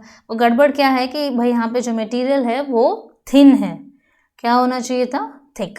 ओके, नेक्स्ट हमने रेडिएशंस पास ऑन की, भाई यहाँ पे सब ओके सब ओके फाइन। अब यहाँ पे जैसे ही आता है ये रेडिएशन पॉइंट पे और इस रेडिएशन पॉइंट पे ही सॉ कि यहाँ पे भाई कुछ एक तो पैचेस है। अब यहाँ पे जो प्रोजेक्टिंग एरिया पे क्या आ जाएगा, डार्क रेडिएशंस आ जाएगा, डार्क एरिया दिखेगा। यहाँ पे भी कुछ प्रॉब्लम है, भाई क्या प्रॉब्लम है, होल है। तो हमने यहाँ पे क्या की, रेडियोग्राफी की मदद से क्या की, हमने मटेरियल थिन है या थिक है चेक किया और उसमें होल है ये भी पता चल गया। तो ऐसे अगर जो डिफेक्ट डिफेक्टेड आयन आर्टिकल्स अगर हम यूज़ करेंगे तो ऑब्वियसली हमारा जो काम है उसका रिजल्ट 100% नहीं आएगा। यस, तो इस वजह से गैमा रेज की मदद से हम रेडियोग्राफी को चेक कर सकते हैं। रेडियोग्राफी यूज़ करके हम चेक कर सकते हैं कोई क्रैक्स, कोई होल कुछ ना हो और हमारा जो भी प्रोसेस है वो अच्छे से फुलफिल हो जाए। यस, इसका काफ़ी यूसेजेस है स्टूडेंट स्पेस में, स्पेस क्राफ्ट्स बनाते वक्त। यस, क्योंकि वहाँ पे लाइट वेट मटेरियल्स भी यूज़ करने होते हैं, सिरेमिक्स एंड ऑल, वो भी देखना होता है। प्लस अगर कुछ आयन आर्टिकल्स यूज़ कर रहे हैं या जो भी लेस मतलब मास का हो, ट्रेन्स हो गया, एयरक्राफ्ट्स हो गया, इन सारी जगहों पे रेडियोग्राफी का यूसेज बहुत बहुत बहुत ज़्यादा है। यस, तो होप सो स्टूडेंट्स आपको इंडस्ट्रियल फील्ड समझ में आया हो। And I am repeating again and again, अगर आपको कोई भी इश्यूज़ हो तो you can write it to us on the comment section. Yes, तो चलिए आगे बढ़ते हैं। नेक्स्ट भाई एडवांटेज है तो कुछ डिसएडवांटेजेस भी होंगे। यस, क्या है? Hazards of radioactive elements. The central nervous system is affected by radioactive radiation. Central nervous system में क्या आता है? Spinal cord and brain. Okay, spinal cord and brain. ये हमारे central nervous system के members हैं। अब radioactive radiations क्या करते हैं? It penetrates the skin. Skin के अंदर जाते हैं and it causes the good skin cells to get damaged. और इससे क्या होगा? ल्यूकेमिया जैसे बीमारियां होती है, skin problems, skin cancers. Next, the radioactive pollutants created due to explosion. कभी कभी एक्सप्लोजन्स की वजह से, जैसे यूरेनियम एंड ऑल है, बॉम्ब्स वगैरह में यूज़ किया जाता है, तो ये एक्सप्लोजन्स में जब यूज़ किया जाता है स्टूडेंट्स, तो ये हमारे बॉडी में एंटर कर सकता है थ्रू एयर, हवा से एंटर कर सकता है ना, हम ब्रीथ करते तो एंटर कर लिया इसने। बट ये अगर एक बार हमारी बॉडी में एंटर करता है तो इसके कंट्रोल बहुत मुश्किल है। फाइन, अब ये जो रेडियो एक्टिव एलिमेंट्स हैं अगर हमारी बॉडी में चले गए, कंट्रोल करना मुश्किल है। That means it is dangerous for our health, है ना। यस, तो जो न्यूक्लियर बॉम्ब्स एंड ऑल, जो बॉम्ब्स वगैरह बनाते हैं, जो वेपन्स बनाते हैं, वॉट एवर द यूज़ में भी, ठीक है, इन सब चीज़ों में रेडियो एक्टिव एलिमेंट्स का usages nowadays is very very very less. Okay, but still legally illegally कहीं पे यूज़ होता है तो ये इश्यूज क्रिएट कर सकता है। The radio active pollutants released in sea, okay, enters the body of fishes, और ये फिशेस अगर हम यूज़ करते हैं एज अ फूड सोर्स तो ये हमारे बॉडी में भी जा सकता है। नेक्स्ट, रेडियो एक्टिव पेंट्स होते हैं जो कि हम देखते हैं, कभी कभी बच्चे ना अंधेरे में अपनी बार बार अपनी घड़ी की लाइट जलाते हैं तो वो बोलते हैं अरे हाँ रेडियम है, चमक रहा है। Yes, isn't it? देखा है हमने घड़ियों में, वॉच पे रेडियो एक्टिव पेंट्स होते हैं उसमें, which can cause cancers. Yes, अब ये घड़ी क्या करती है, क्योंकि उसमें रेडियो एक्टिव एलिमेंट्स हैं और वो रेडिएट करेगी तो ये स्किन कैंसर्स या किसी भी तरह का कैंसर क्रिएट कर सकती है। अब सबसे बेस्ट एग्जाम्पल अगर देखें स्टूडेंट्स, ये हजार्ड्स ऑफ रेडियो एक्टिव का, तो चेरनोबिल डिजास्टर। यस, अब ये चेरनोबिल डिजास्टर कब हुआ था? 26 अप्रैल 1986 में। अब ओके, अब यहाँ पे स्टूडेंट्स हुआ क्या था चेरनोबिल डिजास्टर में? ये जो एटॉमिक पावर प्लांट है, चेरनोबिल एटॉमिक पावर प्लांट, यहाँ पे एक ग्रेफाइट रिएक्टर क्या हो गया था? ब्लास्ट हो गया था। ओके, यस, क्योंकि ये ग्रेफाइट रिएक्टर है एंड ग्रेफाइट रिएक्टर है, अब इसके कुछ डिसऑर्डर्स हो गए, है ना। जैसे अभी हमने देखा hazards of radio active substances, हमने देखा कि किस तरह अगर ये एयर में आ जाता है और फिर ये हमारी बॉडी में एंटर करता है तो ये बहुत सारे प्रॉब्लम्स क्रिएट कर सकता है। तो उसी तरह यहाँ पे जो ग्रेफाइट रिएक्टर एक्सप्लोड हुआ, उसने क्या किया? थायराइड डिसऑर्डर्स बढ़ा दी, किस में? चिल्ड्रंस और अडल्ट्स में भी। ओके, बच्चों को फिलहाल हालांकि ये प्रॉब्लम्स नहीं होती, बट क्योंकि ये डिजास्टर हुआ इसके वजह से एक डिसऑर्डर अभी भी चल रहा है, that is thyroid disaster. Yes, तो स्टूडेंट्स आपने देखा होगा ना वो नेचुरल गैस एक्सप्लोजन की वजह से क्या हुआ था। यस, तो वैसा ही कुछ ये भी इश्यू है। तो क्योंकि ये रेडियो एक्टिव एलिमेंट्स हैं तो इनका डिसऑर्डर होना ही है, ठीक है। थायराइड डिसऑर्डर्स हो जाते हैं बच्चों में और अडल्ट्स में काफ़ी। अब स्टूडेंट्स हमने देख लिया यहाँ पे कि भाई रेडियो एक्टिव सब्सटेंसेस के यूसेजेस एंड ऑल, अच्छे और बुरे दोनों यूसेजेस देख लिए हमने। बट स्टूडेंट्स हम डे टू डे लाइफ में कहीं ना कहीं कुछ केमिकल्स भी यूज़ करते हैं एंड जो कि वो भी हमें कुछ प्रॉब्लम्स देती हैं। यस, तो चलिए देखते हैं उनका usages and harmful effects. So food colours in essence, yes, हमें बहुत अच्छा लगता है जब हम देखते हैं ना कि केक्स पे डिफरेंट डिफरेंट कलर्स होता है, रेनबो केक, दिस केक, या फिर अलग अलग कलर्स के फूड स्टफ्स देख के हमारा मन ललचाता है। यस, सो एक्चुअली ये फूड कलर्स जो होते हैं ना students, they are very very harmful for our body. Yes, but ज़्यादातर करके ये soft drinks and food stuffs में यूज़ होता है मार्केट्स में। अब ये जो फूड कलर्स हैं, पाउडर्स या जेल या पेस्ट, ऐसे अलग अलग फॉर्म्स में यूज़ होते हैं। अब कुछ कलर्स और एसेंस जो है आइसक्रीम्स में मिलते हैं हमें, स्ट्रॉबेरी फ्लेवर, मैंगो फ्लेवर, लीची flavour, vanilla flavours and so on. But students, कभी आपने नोटिस किया है कि ये फ्लेवर्स रियल नहीं होते? ओके, इनमें कलर्स ऐड किया जाता है और टेस्टिंग के लिए सैकरिन एजेंट्स यूज़ किए जाते हैं। जैसे हम कोई रेस्टोरेंट में जाते हैं और जूसेस लेते हैं, pineapple juices, mango cocktail and so on. But students, आपने देखा होगा अगर वो फ्रूट का सीजन ही नहीं है, so where they will get that fruit? They are adding nothing but food color and saccharin into it. Yes, so it's my humble request students कि जिन चीज़ों का सीजन नहीं है अगर हम वो चीज़ें खाते हैं, that means it is 110% sure कि वो केमिकल्स हैं, और केमिकल्स के लिए हमारी बॉडी नहीं बनी है। Our body is made to have healthy, nutritious, seasonal fruits and veggies. Yes. So certain colours जो कि हम देखते हैं, इवन सॉसेस हम यूज देखते हैं ना, soya sauce, vinegar sauce, chilli sauce and so on, various sauces, tomato sauce.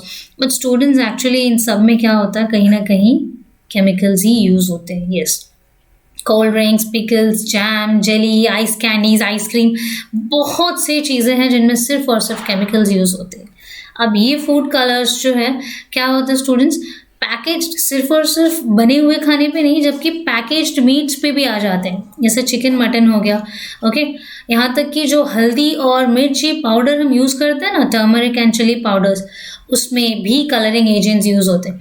Mummy को पूछना कभी नेक्स्ट टाइम किचन में जाके कि मम्मी अगर घर का चिली पाउडर यूज़ करें ना तो उसका उतना कलर नहीं होता, but taste, oh, it's very hot and sour, okay, hot and spicy.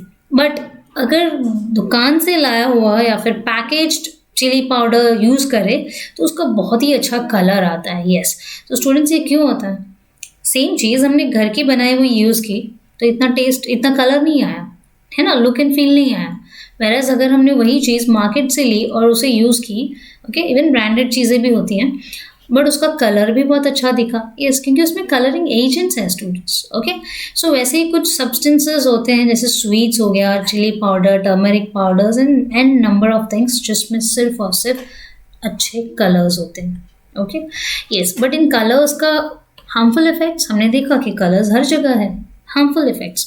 Students, जो जैम, जेली, पिकल हम यूज़ करते हैं, इनमें बहुत ही सही, बहुत कम ही सही, बट थोड़े अमाउंट में मर्क्यूरी और लेड भी प्रेजेंट होता है।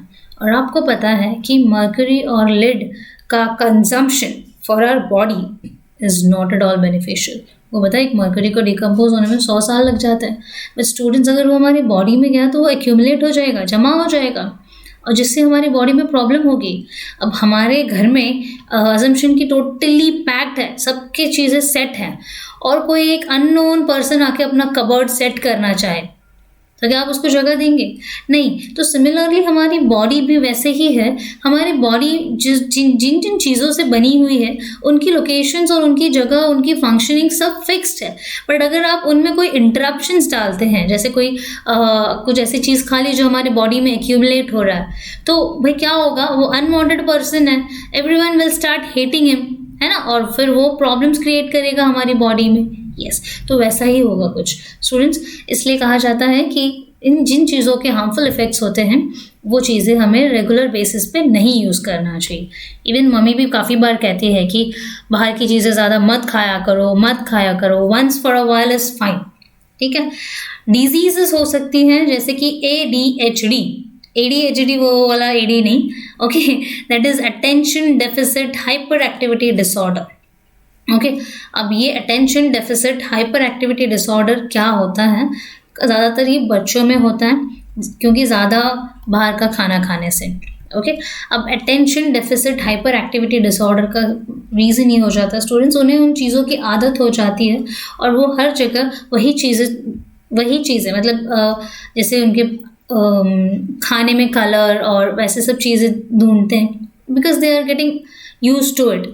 और ये बीमारी के ऐसे सिम्टम्स भी हैं, attention deficit hyper activity disorder, आप चीज़ें भूल जाते हो, आपको याद नहीं रहेगा, ओके, बिकॉज बॉडी में प्रॉब्लम्स होंगी ना। Normally you are good and fine, याद रहती थी सब चीज़ें, अपने दोस्त, सब कुछ, बट नाउ आप चीज़ें थोड़ी थोड़ी भूलने लगोगे। यस।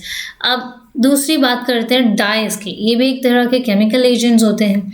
यस स्टूडेंट्स, डाई का यूज़ किस लिए किया गया था? डाई का यूज़ इसलिए किया गया था कि वो आर्टिकल्स को कुछ एक कलर्स दे सके, ठीक है। अब नेचुरल डाई होगा तो बात अलग है, ओके, जैसे बीट रूट है ना, बीट रूट का कलर देखा होगा आपने, नेचुरल डाई। हल्दी, टर्मरिक, उसका येलो कलर, एंड ऐसे बहुत सारे नेचुरल डाइंग एजेंट्स हैं। अगर आप वो यूज़ करते हो तो it's really very good, but ऐसा नहीं है। Generally a dye is soluble in water and insoluble in oil, and William Henry Perkin, he is the person who actually invented artificial dye in the year 1856. काफ़ी time से use होता आ रहा है। So this artificial dyes are classified into many types based on the properties and its solubilities. तो dye के uses देख लेते हैं students. Colouring cloth and hair हम यूज़ करते हैं। Fluorescent colours are use to make street boards that are visible at night. Yes, ये तो ज़रूरी है, चलिए, क्योंकि रात को दिखते नहीं है सारे colours, whereas fluorescent colours हमें दिखेंगे, ताकि अगर कोई डीप है, कहीं अगर कोई पहाड़ी रास्ता है और कहीं पे स्लोप है, कहीं पे खाई है, तो उन चीज़ों को दिखाना बहुत ज़रूरी है थ्रू साइन बोर्ड्स, तो फ्लोरोसेंट कलर्स ज़रूरत पड़ती है। Dyes are use to polish leather shoes, purses and chappals, है ना। डाइज हम यूज़ करते हैं, पॉलिश करें तो बहुत टकाटक चमकती है, यस, बट उसके कुछ एडवर्स इफेक्ट्स भी हैं, जैसे dyeing hair can have adverse effects like hair fall, damage to hair texture. पहले तो काफ़ी अच्छा सिल्की हेयर टेक्सचर था, बट जैसे ही हमने उसे कलरिंग करना शुरू किया, क्या हो गया? खराब। Okay, burning of skin, adverse effect on eyes and all. देखा होगा हेयर डाई करते वक्त ना लिखा जाता है avoid contact with eyes and ears, है ना। लिपस्टिक, यस, फीमेल्स का तो गहना है। Lipstick contains a dye named carmine, okay, carmine. It does not effect lips but causes stomach disorder. आपके लिप्स को तो कुछ नहीं करेगी क्योंकि वो एक्सटर्नल है। मेरा स्टूडेंट्स, जब आप लिप्स में ये लगाते हो और फिर आप कोई चीज़ें खाते हो, खाते पीते वक्त ऐसे चला जाता है पेट में, तो ये स्टमक डिसऑर्डर्स क्रिएट करता है। यस, सो अगेन ये कोशिश करिएगा कि कम से कम यूज़ कर सके। Occasionally it's fine, and try to be strict कि हम जब कुछ लगाते हैं तो खाते पीते वक्त ध्यान रखिएगा कि ये हमारे मुंह में, पेट में ना जाए, ऐसे। Next, excessive use of plants for making natural dyes, जैसे हीना प्लांट्स है ना, डाइज के लिए हम यूज़ कर सकते हैं। यस, तो इससे क्या होगा? अच्छा, सबने कहा नेचुरल तो सब हीना यूज़ करने लगे। अब इससे क्या हो गया कि डिटोरिएशन ऑफ एनवायरनमेंट, मतलब एनवायरनमेंट में हीना प्लांट ही खत्म होने लगे, ऐसा, ठीक है। बट स्टूडेंट्स, जब हम यूज़ कर रहे हैं तो चीज़ों को ग्रो करने भी तो आना चाहिए। जब आप हीना प्लांट यूज़ कर रहे हो तो उसकी जगह पे उस प्लांट्स को ग्रो करना भी शुरू करिए। यस, तो ताकि डिटोरिएशन ऑफ एनवायरनमेंट ना हो, ठीक है। Next, artificial colours.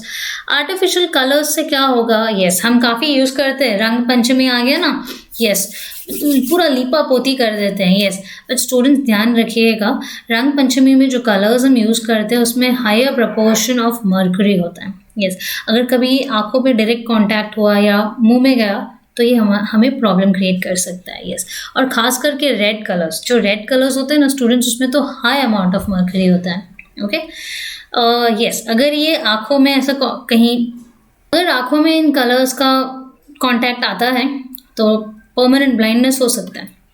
Skin cancers, पेट में जाता है, लंग्स में asthma, itching of skin, permanent blocking of sweat pores. Yes, as you can see, permanent blockages of sweat pores. इसलिए हमें artificial colors से भी थोड़ा दूर ही रहना चाहिए students. So it is necessary that artificial colors are used cautiously. Fine, but आजकल तो इको फ्रेंडली कलर्स आ गए हैं तो नॉट वरी, बट देखिएगा कि ज़्यादा लिपअप होते नहीं, बट एटलीस्ट हम एक छोटा तिलक लगाकर भी विश कर सकते हैं। येस, एंड आप सभी ने एक्सपीरियंस किया कोरोना के सिचुएशंस के time, Holi, Diwali and all everything. So क्यों ना हम इस चीज़ को परमानेंटली सोल्यूशन ले लें कि भाई जिस तरह हमने घरों में हल्दी लगाई है ना, और बहुत ही कम यूज़ किया कलर्स का, तो वैसा ही कुछ कर सकते हैं हम ऑन डेली बेसिस। यस भाई, ये तो हमारे ही फ़ायदे की बात है ना। चलिए आगे बढ़ते हैं, that is deodorant. Body odours, deodorants हम क्यों यूज़ करते हैं भाई? बहुत पसीना आता है, इस वजह से डिओड्रेंट यूज़ करना बहुत ज़रूरी होता है। Yes, a deodorant is used to prevent the sweat odor. Yes, this beautiful lady is actually applying deodorant just to avoid the odor. Next, deodorant contains parabens, okay, जिसमें methyl, ethyl, propyl, benzyl and butyl होते हैं। Yes, and also alcohols in large proportion. जिसकी वजह से हमारे body पे obviously हम इसे स्किन पे अप्लाई करते हैं स्टूडेंट्स, तो स्किन इश्यूज तो होंगे ही, और एल्यूमिनियम कंपाउंड्स एंड सिलिका जैसे कंपाउंड्स भी प्रेजेंट होते हैं। दैट मीन्स कहीं ना कहीं डिओड्रेंट्स भी हमारे बॉडी के लिए हार्मफुल साबित होता है। Sorry. Next is ordinary deo. Deos के भी टाइप है, anti perspirant deo and clinical deo. There are 3 types of deodorants. Ordinary deo क्या होता है भाई? जिसमें स्मॉलर प्रोपोर्शन ऑफ एल्यूमिनियम होता है एंड ये क्या करता है? सिर्फ और सिर्फ पसीने की बदबू को दबाता है, ठीक है। एंटी पर्सपिरेंट डिओ क्या होता है? This decreases the extent of sweating. भाई पहले वाला पसीने की बदबू को हटा रहा था, दूसरा वाला पसीना ही हटाने की कोशिश कर रहा है, ठीक है। It contains 15% of aluminium chloraldehyde and it clogs the sweat pores on the skin. भाई ये स्वेट पोर्स को दबाने की कोशिश करता है ताकि स्वेट हो ही नहीं, ठीक है। Whereas clinical deo, yes, this has been prescribed by the doctors.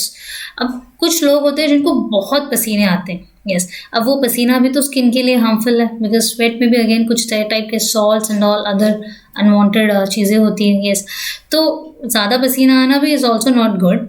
But अगर ऐसा कुछ है तो क्लिनिकल डिओ बनाया गया है उन लोगों के लिए जो कि डॉक्टर्स प्रिस्क्राइब करती है, और उसमें 20 to 25% ऑफ एल्यूमिनियम होता है, बट वो सिर्फ और सिर्फ रात के समय ही यूज़ करते हैं, okay. Normal day time travelling and all में यूज़ नहीं करते, फाइन, क्योंकि वो दवाई जैसी है ना स्टूडेंट्स, तो दवाई हम खास करके रात को सुबह ऐसा कुछ लेते हैं, फाइन।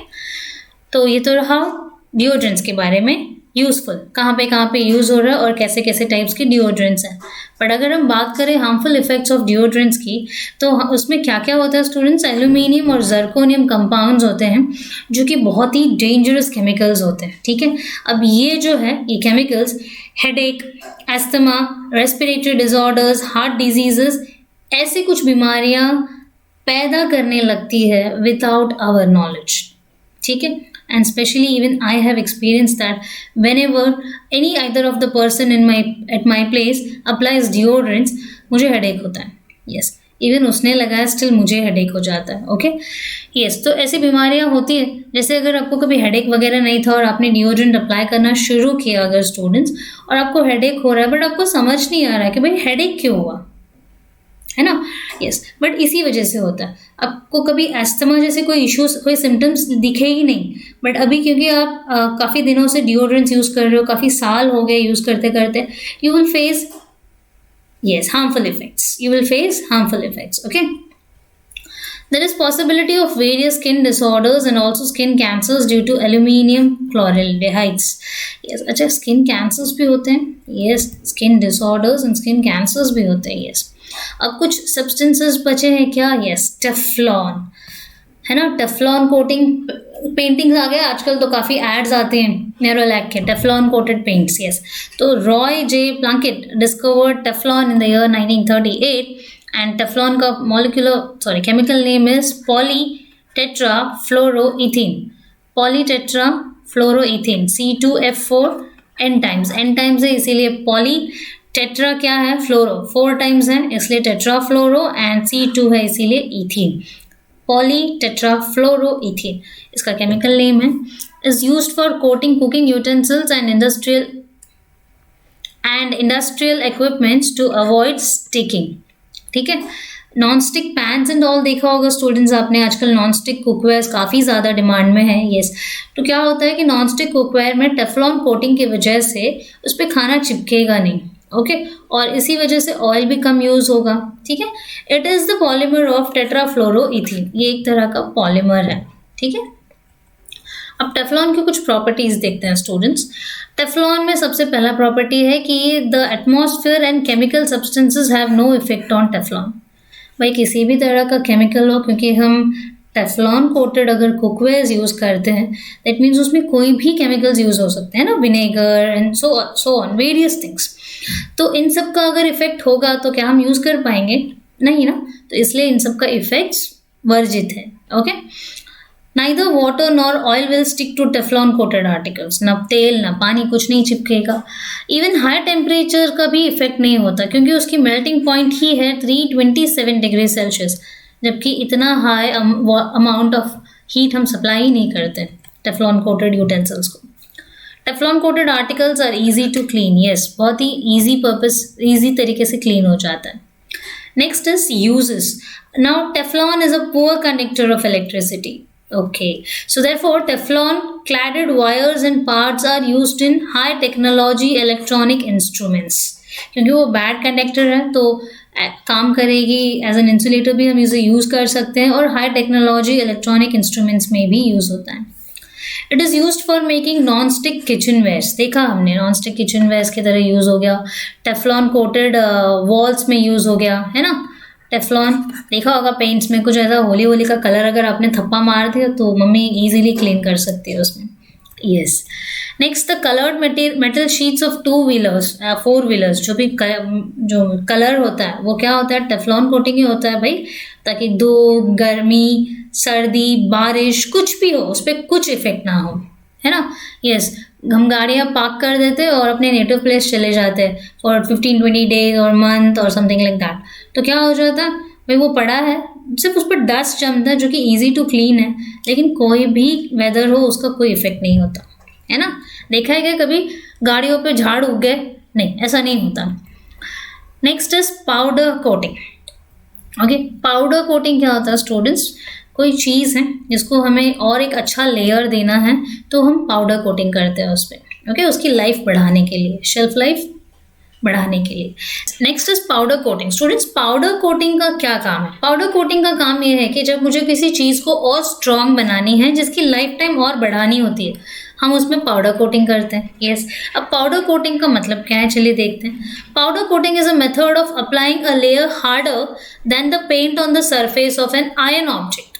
कोई भी आयरन ऑब्जेक्ट है, हमने सिर्फ उसे पेंट कर दी, वो सिर्फ उतना ही काफ़ी नहीं होता। अगर हम उसे एक पाउडर कोटिंग देते हैं तो उसकी लाइफ और बढ़ जाती है। जैसे कि कोई आयरन मेटल है जो हम कंस्ट्रक्शन चीज़ों के लिए यूज़ करते हैं, जैसे जेसीबी हो गया, डिगर हो गया, है ना, डिगर कहते हैं ना हम उसे, या फिर सीमेंट मिक्सचर्स एंड ऑल, ऐसे काफ़ी सारे आयरन मशीन्स होते हैं जो हम कंस्ट्रक्शन पर्पसेस के लिए यूज़ करते हैं स्टूडेंट्स। और आपको पता है कि कंस्ट्रक्शन मतलब धूल, मिट्टी, पानी, इन सब का आना। यस, अब अगर पानी के कांटेक्ट में आते ही ये आयरन मशीन्स अगर रस्ट करने लगे तो ये जो एक्सपेंसिव मशीन्स हैं ये तो फिर किसी काम की नहीं रह जाएगी। अब ऐसा ना हो, है ना। एक बार हमने मशीन्स खरीदी तो हम चाहते हैं कि इसकी लाइफ ज़्यादा हो, तो उसी चीज़ों के लिए हमने पाउडर कोटिंग एक सोल्यूशन निकाला। ओके, सो पाउडर कोटिंग में क्या होता है कि कुछ पार्टिकल्स ऑफ पाउडर लिए जाते हैं और उसे इलेक्ट्रोस्टैटिक चार्ज के साथ, okay, due to which I'll read out the point. Electrostatic charge के मदद से एक यूनिफॉर्म लेयर बना दिया जाता है पाउडर, ओके, पाउडर का, सो दैट क्या हो, वो जो मेटल सरफेस है इलेक्ट्रोस्टैटिक चार्ज की वजह से उस जो पाउडर की पार्टिकल्स में हमने सप्लाई की, अब वो पार्टिकल्स क्या होंगे, उस आयरन ऑब्जेक्ट के ऊपर डिपॉजिट हो जाएंगे। दैट मीन्स वो चिपक जाएंगे उसमें।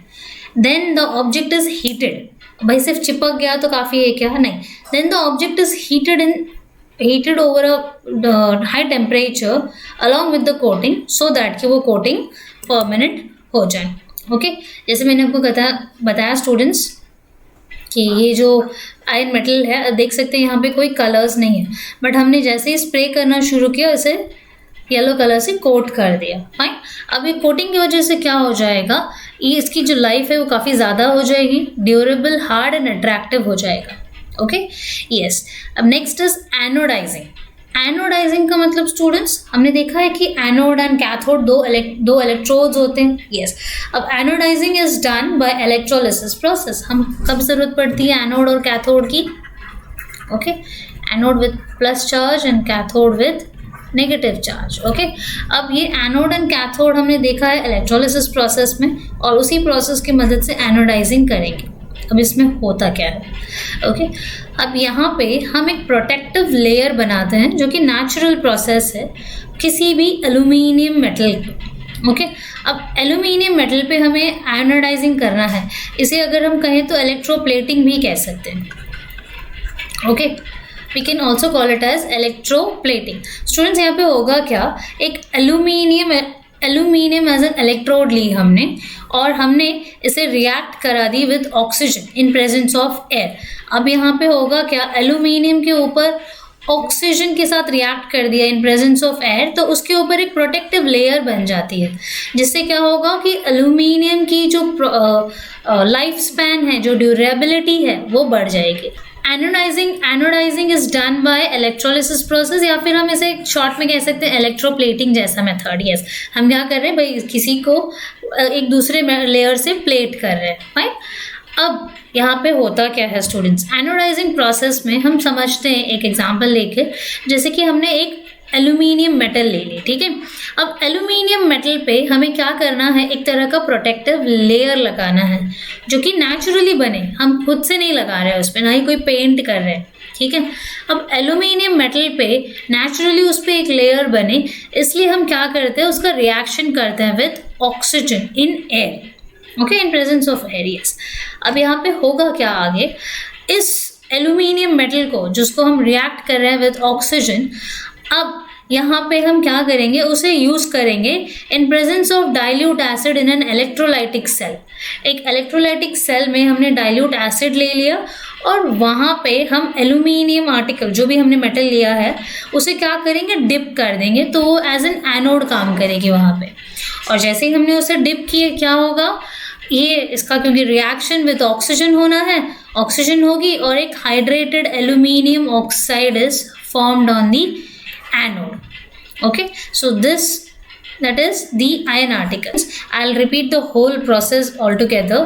Yes, anodizing students आपने देखा होगा, anodizing मतलब एनोड के ऊपर काम करना।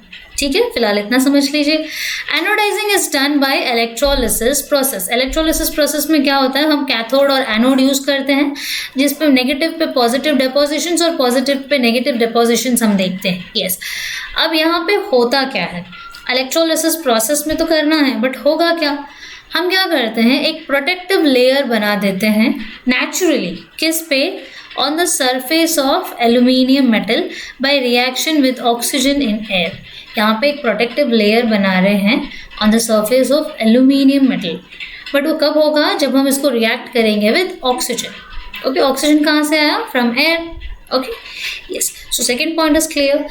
थर्ड इज, यहाँ पे हम एक और चीज़ कर रहे हैं, दैट इज हमने एक डाइल्यूट एसिड ले ली। ठीक है, एक इलेक्ट्रोलाइटिक सेल के अंदर हमने डाइल्यूट एसिड डाल दी। अब वहाँ पे क्या हो गया, एल्यूमिनियम आर्टिकल को हमने डिप कर दिया एज एन एनोड। ठीक है, now a reaction with oxygen occurs. अब ये जो मेटल हमने डाल दी, उसमें क्या होगा, a reaction with oxygen occurs and a layer of hydrated aluminium oxide is formed on the anode. अब ये जो एनोड की तरह काम कर रहा था, क्या, हमारा एल्यूमिनियम आर्टिकल, अब इस पे क्या हो गया, एक हाइड्रेटेड एल्यूमिनियम ऑक्साइड का लेयर बन गया। ओके, जो कि एनोड है। अब इसमें स्पेशली उन्होंने क्या कहा है, दैट इज आयन आर्टिकल। अब वो बोल रहे हैं कि ये जो लेयर ऑफ एल्यूमिनियम ऑक्साइड है, हाइड्रेटेड एल्यूमिनियम ऑक्साइड, ये एक तरह का आयन आर्टिकल की तरह काम कर रहा है। ओके, ऑन दी एनोड, मतलब एनोड क्या था, एल्यूमिनियम मेटल, और ये एल्यूमिनियम मेटल जो है आयन आर्टिकल की तरह काम कर रहा है। अब यहाँ पे जो लेयर बना स्टूडेंट्स, उस लेयर को हम अट्रैक्टिव बना सकते हैं just by making adding some colours to it in the cell during electrolysis. अब क्योंकि यहाँ पे जो हाइड्रेटेड एल्यूमिनियम ऑक्साइड का लेयर बना, अगर हम उस पर कोई कलरिंग एजेंट्स डाल देते हैं, जैसे blue, green, yellow, what ever colour is, okay, वो उस कलर का लेयर बन जाता। तो स्टूडेंट्स, आपने देखा होगा वीडियोज़ में या घरों में मम्मी ने यूज़ किया होगा, कलरफुल कुकिंग यूटेंसिल्स भी आते हैं। ओके, तो वो एग्जैक्टली वो नहीं है, मैं आपको जस्ट एक को रिलेट कर रही हूँ कि कलरफुल यूटेंसिल्स आते हैं, red colour, green colour, blue colour, white colour, black colours. Yes, तो वैसे ही कुछ कलरिंग एजेंट्स डालने पे जो इलेक्ट्रोलिसिस प्रोसेस में एनोड पे जो लेयर बना वो उसी कलर का बन सकता था। Okay, yes, so this was about anodizing. अब सेरेमिक्स की बात करें, यस, सेरेमिक्स तो हमने देखा है हमारे घरों में मतलब पुराने हमारे ग्रैनीज वगैरह के टाइम पे सिरेमिक्स यूज़ किए जाते थे। इवन वो अचार पापड़ वगैरह रखने के लिए भी सिरेमिक के बर्तन यूज़ किए जाते थे। यस, सो दिस सिरेमिक क्यों यूज़ करते हैं स्टूडेंट्स? क्योंकि वो हीट रेसिस्टेंट होता है। ओके, एंड इसको बनाया जाता है by kneading an inorganic substances in water. Inorganic substances को पानी में मिला के बनाया जाता है एंड फिर उसे शेप करके हार्डनिंग करते हैं by supplying heat. Okay, pots made by potters, जैसे मैंगलोर रूफिंग टाइल्स देखा है हमने पुराने घरों में, construction bricks, pottery, terracotta articles etcetera, इसके कुछ एग्जाम्पल्स हैं। जैसे कि पोर्सिलेन, इसके कुछ टाइप्स भी हैं, porcelain, bone china and advanced ceramics. Yes,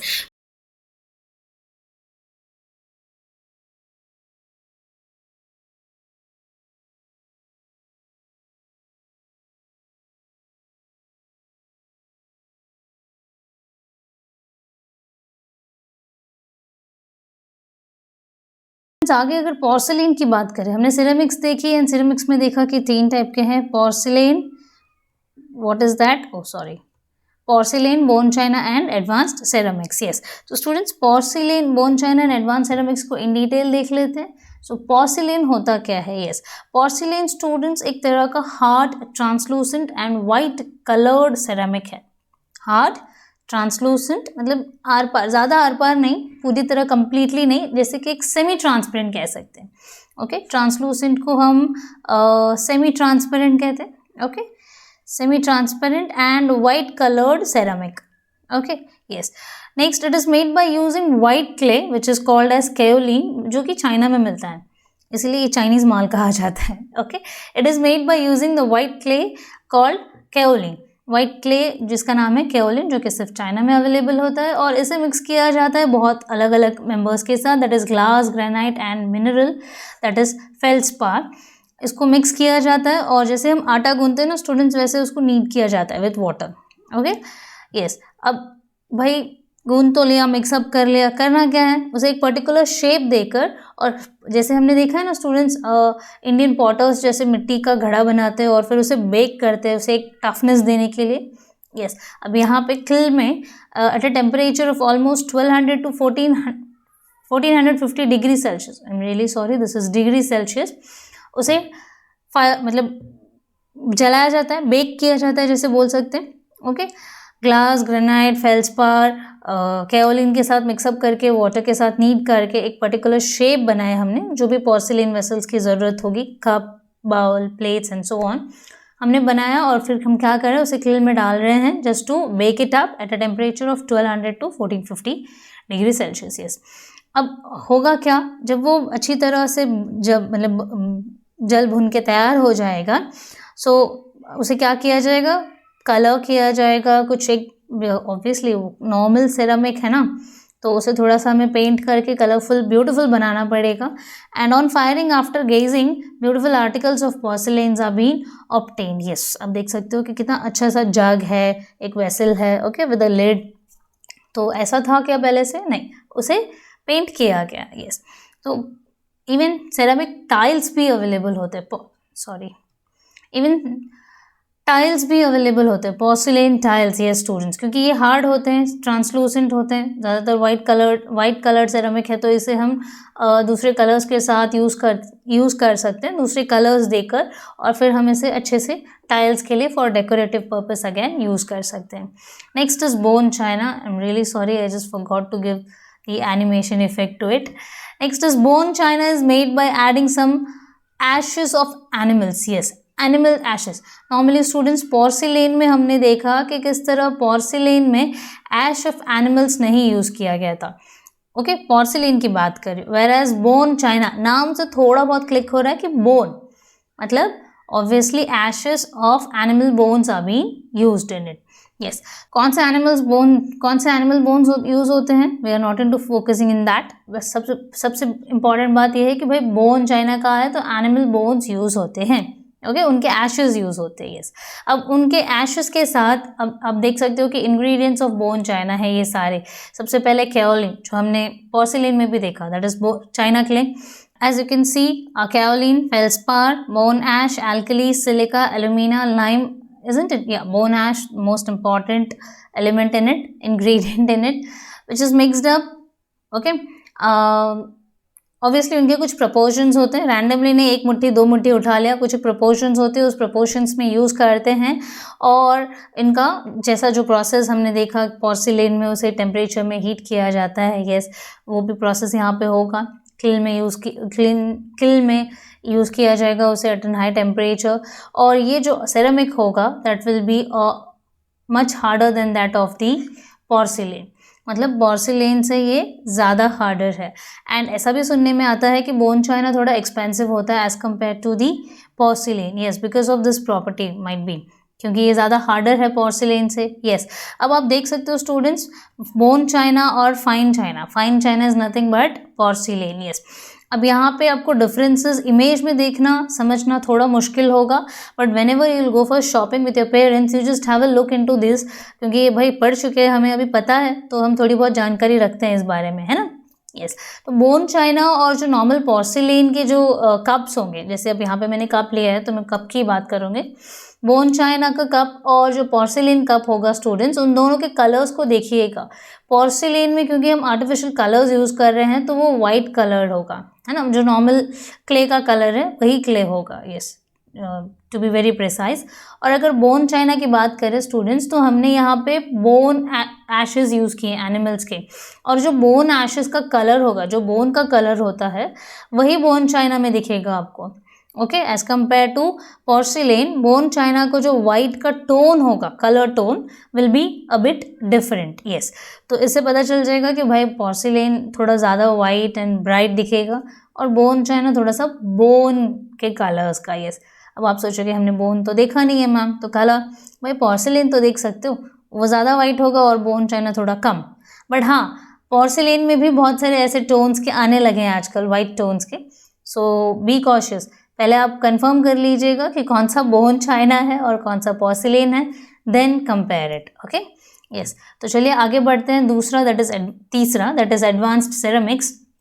advanced कहा है स्टूडेंट्स, तो ये पोर्सिलेन और बोन चाइना से कहीं ना कहीं कुछ एडवांस्ड होगा। यस, अभी हमने देखा कि पोर्सिलेन और बोन चाइना में kaolin as a clay use हो रहा था which was found in China, but advanced ceramics में हम काओलिन यूज़ नहीं कर रहे हैं। ओके, यस, काओलिन की जगह हम क्या क्या यूज़ कर सकते हैं?